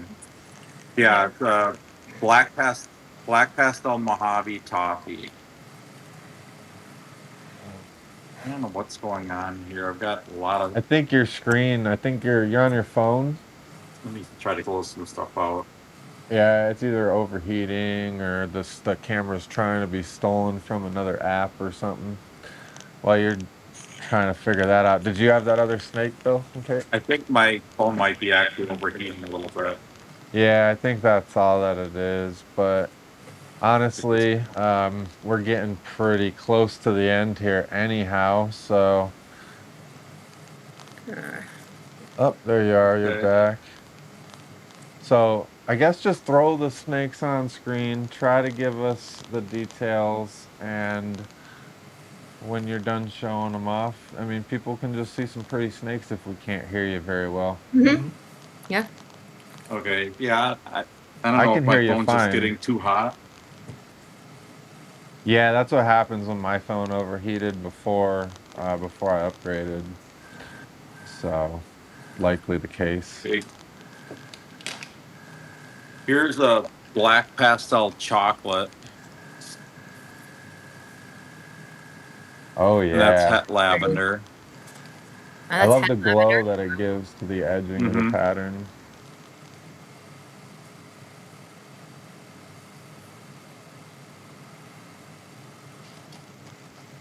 It's really pretty.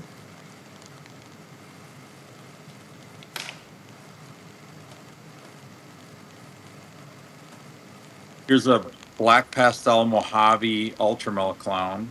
Wow, that is beautiful. I'm glad that came through clear because that's amazing. It doesn't have too much Pastel definition. In the Ultramel Clown project.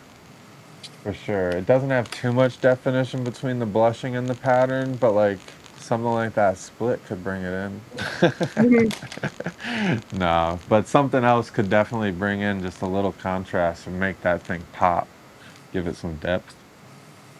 This is a Super OD Yellow Belly Black Pastel Pied. Interesting. That's really bright orange on the stripe, huh? Mm-hmm. Would you mind getting that really close to the camera for us? Oh, that's like vibrant highlighter orange. Yeah. What was that, Kate? I said it's a really nice orange contrast. Yeah, sad that it's just a few saddles, but it's a super pretty snake. I love it when they have a nice even dispersion of saddles, even if it's only a few. There are things you can add to put more pattern back in that. Have you found like Enchi or like Ingene Woma or Scrambler can add pattern even with black pastel, or is it really just the black pastel kind of just? Enchi for sure does. Yeah. So this one is a Black Pastel Ultramel Pied. Man, I love the Ultramel mixed with the black pastel. Those are pretty. I don't have black pastel in that project for myself, but I might have to get something to mix it in. Get a female or something. Let me know. I've got some. Yeah, I have hit you up for a few actually, remember? Just inquiring, but yeah. Okay, this is the same thing, but this is a Hypo Ultramel Black Pastel Pied. It's a little bit lighter, a little bit more washed out. Yeah, can you get the saddles a little closer again to the camera? Because we can see like how lavender, the hypo makes those edges and everything. It kind of grays them out more, takes away the lavender and makes them more gray. Mm-hmm. For a lot of people, hypo's hard to see in ultramel stuff, and that's kind of what it does, is it wants to blonde it out a little bit more and gray out the purples a little bit more. And the black pastel here, is fighting and making that orange pop. Really beautiful. I think Pieds they're getting some hate lately because people have no inspiration with how to make something new with them. But I think going forward, the people who are trying to push in these projects with Pied are going to be surprising a lot of people. Great. Yep. This is a coral glow black pastel Pied. So you can add things like Orange Dream and Yellow Belly and Enchi into this to change the pattern quite a bit and improve on the colors too. Now, do you work a lot or any kind of percentage of pinstripe into your Pied collection projects to get that pattern? A little bit. In my albino Pieds or my dreamsicles, I have a little bit of pinstripe in there. I feel like those would really work. And it makes a really high contrast Pied, but it doesn't. Hang on, I want to try to get out of this.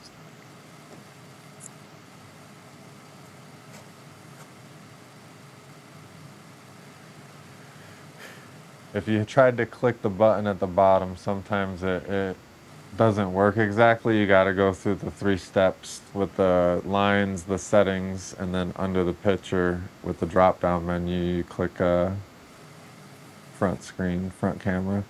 We have a black pastel sunset that we could show too. If anybody wants to see it. Oh, yes, definitely. We love some sunsets. I don't know if it's the best gene in sunset, but I think it has potential. I just got back into sunset myself. Posted a video of that little clip on Instagram. Beautiful, beautiful snake. Here, let me enlarge the screen here. And part of me was wondering if he might have the split too, just by how the alien heads are kind of going down this dorsal, but I have no idea.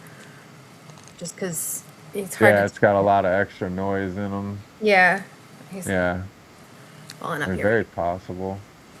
But yeah, definitely, it's almost made. Like the black pastel is almost made it go all the way to the dorsal. Yeah.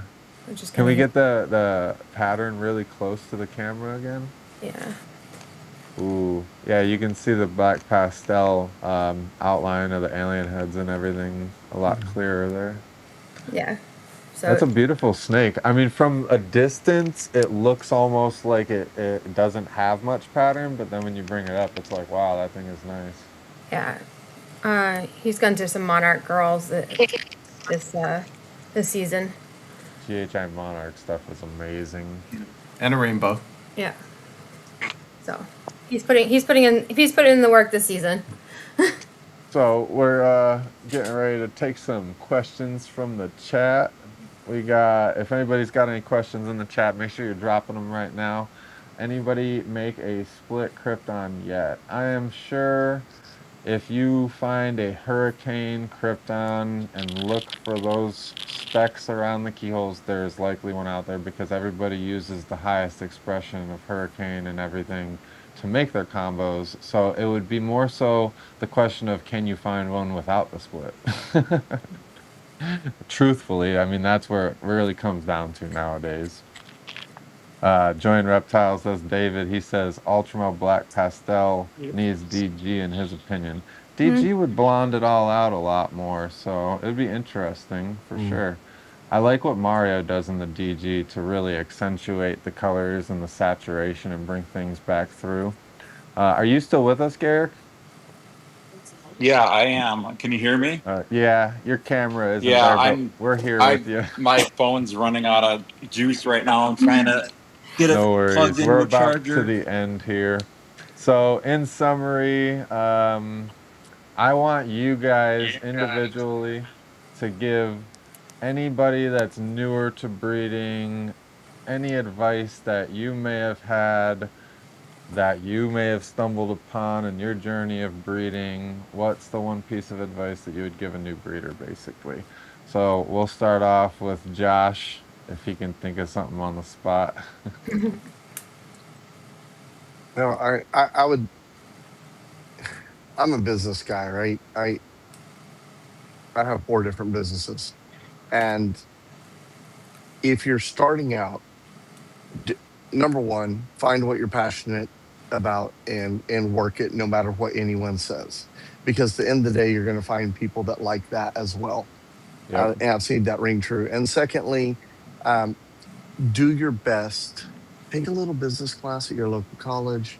Find somebody that's, a buddy that's good, owns his own detailing business or something, and find somebody that has a little bit of business savvy and just pick their brain. Maybe get a mentor or something. I see a lot of people fail because they don't plan properly, or they're really passionate but they don't have stuff allocated correctly, and it ends up kind of, they end up having to get out of something they actually love. And those are people call, hey, are you interested in buying some animals? I'm like, no, not really. but Yeah, get somebody to coach you, because there's no shame in being coached. Find somebody that's just a little further down the road, a front runner, and have them mentor you along the way. I've had several guys that poured into me when I was getting started, and I'm still thankful for that. Um, that wisdom that was shared. So for sure. Great advice. Garrick, are you there? Before Yeah, your I'm phone here. I don't know what's dies. wrong with my camera. My phone Yeah, camera just is not working right now. no worries. But before your phone dies or cuts out on us audio-wise, go ahead and give anybody that's newer to breeding your best word of advice. Main thing is do your research. Like listen to what experience people have to say. Find a couple people that you can trust their knowledge. But and just think about what you want to do with your projects. Like if you're getting into keeping or if you're getting into breeding, those are two different things. And if you're gonna breed, just really think hard about what you want to make, and don't just chase out what other people have done either. Do what you want to do. Like it might be some crazy off the wall project, some combo that might not even make that much sense, but you never know when you're going to hit the next big thing. So I guess just research the morphs, learn as much as you can about them, especially with the genetics, like just how genes are inherited versus incomplete dominant versus recessive, double, triple, all that. You gotta go to school on all this and learn how all this works.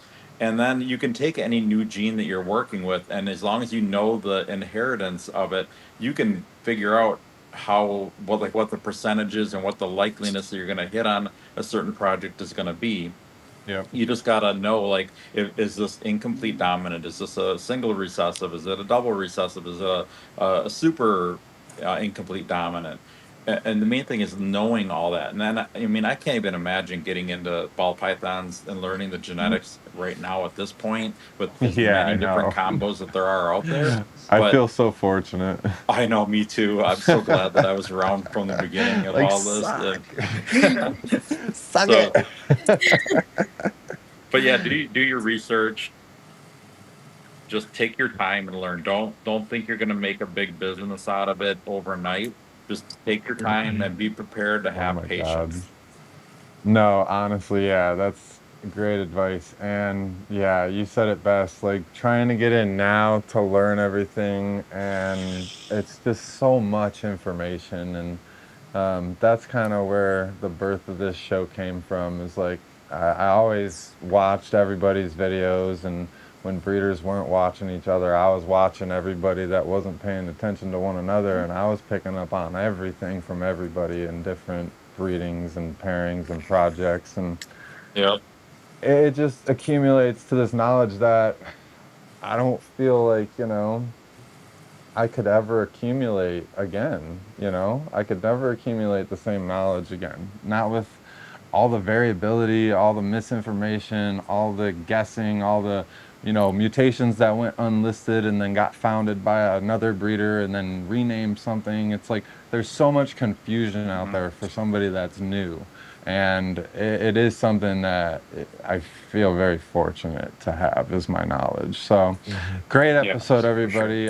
Bill and Kate, I wanted you guys to give your closing thoughts and your best advice for a new keeper. As I see, Craig come up, I would say find your community. Yeah. Find those people that are going to be there, who you can call.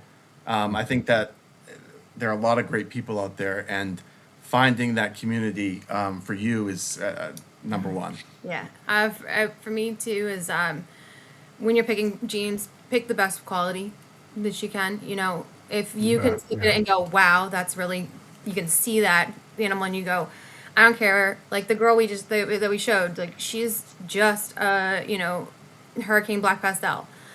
She was so pretty. I had to have her. So getting quality in your lines of animals. Maybe it might not be the most quote unquote powerful animal, but if it looks nice, it'll look nice looking animals. Mm-hmm. Mm-hmm. And be careful with the highest quality things sometimes, because it has shown a history in our industry to be a hitchhiker sometimes carrying through projects, and that's been many cases. So always look for the highest quality in the single gene, and if you find something that is highly expressive, always watch your outcomes and your offspring, because something's going to lend itself to telling you information and details, and that's where all of our information has come from in this industry, in this community, in this hobby for decades. Breeding, putting the footwork in, and thank you to Shed Testing for coming along, because it does clarify some things, and at the same hand, it does make things sometimes more confusing as well. So it's a benefit, and also it's one of those things that makes us toss things into the air and to the side more often as well too. So like Red Stripe's one of those where it's like Red Stripe is a really great mutation. It's really apparent in a lot of things, but then there's just this confusion about it because there's a lot of other mutations in the complex that have been lost to the wind, like Arroyo back in the day. Arroyo, a lot of people don't know Arroyo and Red Stripe are allelic. They make an ALS super, and when the magma got popular, Arroyo disappeared. Red Stripe got popular, Red Stripe prices increased. Arroyo combos look the same as Red Stripe. I can only speculate that all the Arroyo disappeared because it got relabeled as Red Stripe, and that's happened many times before in the past, where things took off and similar mutations and combos got renamed. So now, was it done on purpose? Who knows? Was it done at all? Who knows? But I know personally from my own breeding experience that I've gotten animals labeled as Red Stripe that ended up producing Arroyos, and I have to prove them out to be producing Rios eventually to really say, or wait for the test. But that's another thing that has caused a hiccup in the testing development of Red Stripe as well, because maybe there's 2 lines or 3 lines of Red Stripe, but then there's also this other mutation, Arroyo, that's mixed into these supers. So testing is great, and when we get it really nailed down, it's going to benefit us all entirely. But use it for the mutations that they have nailed down. Definitely use Shed Testing for that, and do not hate on them for information that comes up unclear, because if you ever watch the breakdown of them trying to search for a mutation, there is thousands of mutations in one spike. So those guys are doing an amazing job. Not saying nothing negative here, just saying let the confusion be confusion, take the facts for facts, and work things out as breeders, because that's what we have done for decades, plain and simple. Good science always ends up with more questions sometimes than answers. And I don't have to hold back that many rainbows anymore. And good science is always only backed by good data, you know? And that's where it all comes down to, is putting the foot in front of or putting the horse in front of the carriage and producing what we are seeing, you know, and that's all it comes down to. So I appreciate you all for joining us. Thank you, Garrett. Anybody joining us late, Garrett had some audio and visual issues at the end, but it was a great episode. It only happened at the end. Make sure you catch that replay, and drop your likes, drop your comments. I'll turn you blue for next week, where we are tuning in for the breeder blueprint with conduit constrictors. It's going to be an amazing episode, an amazing collection, and one that you will not want to miss. So until then, we'll see you next week. Thanks for See you having guys. me.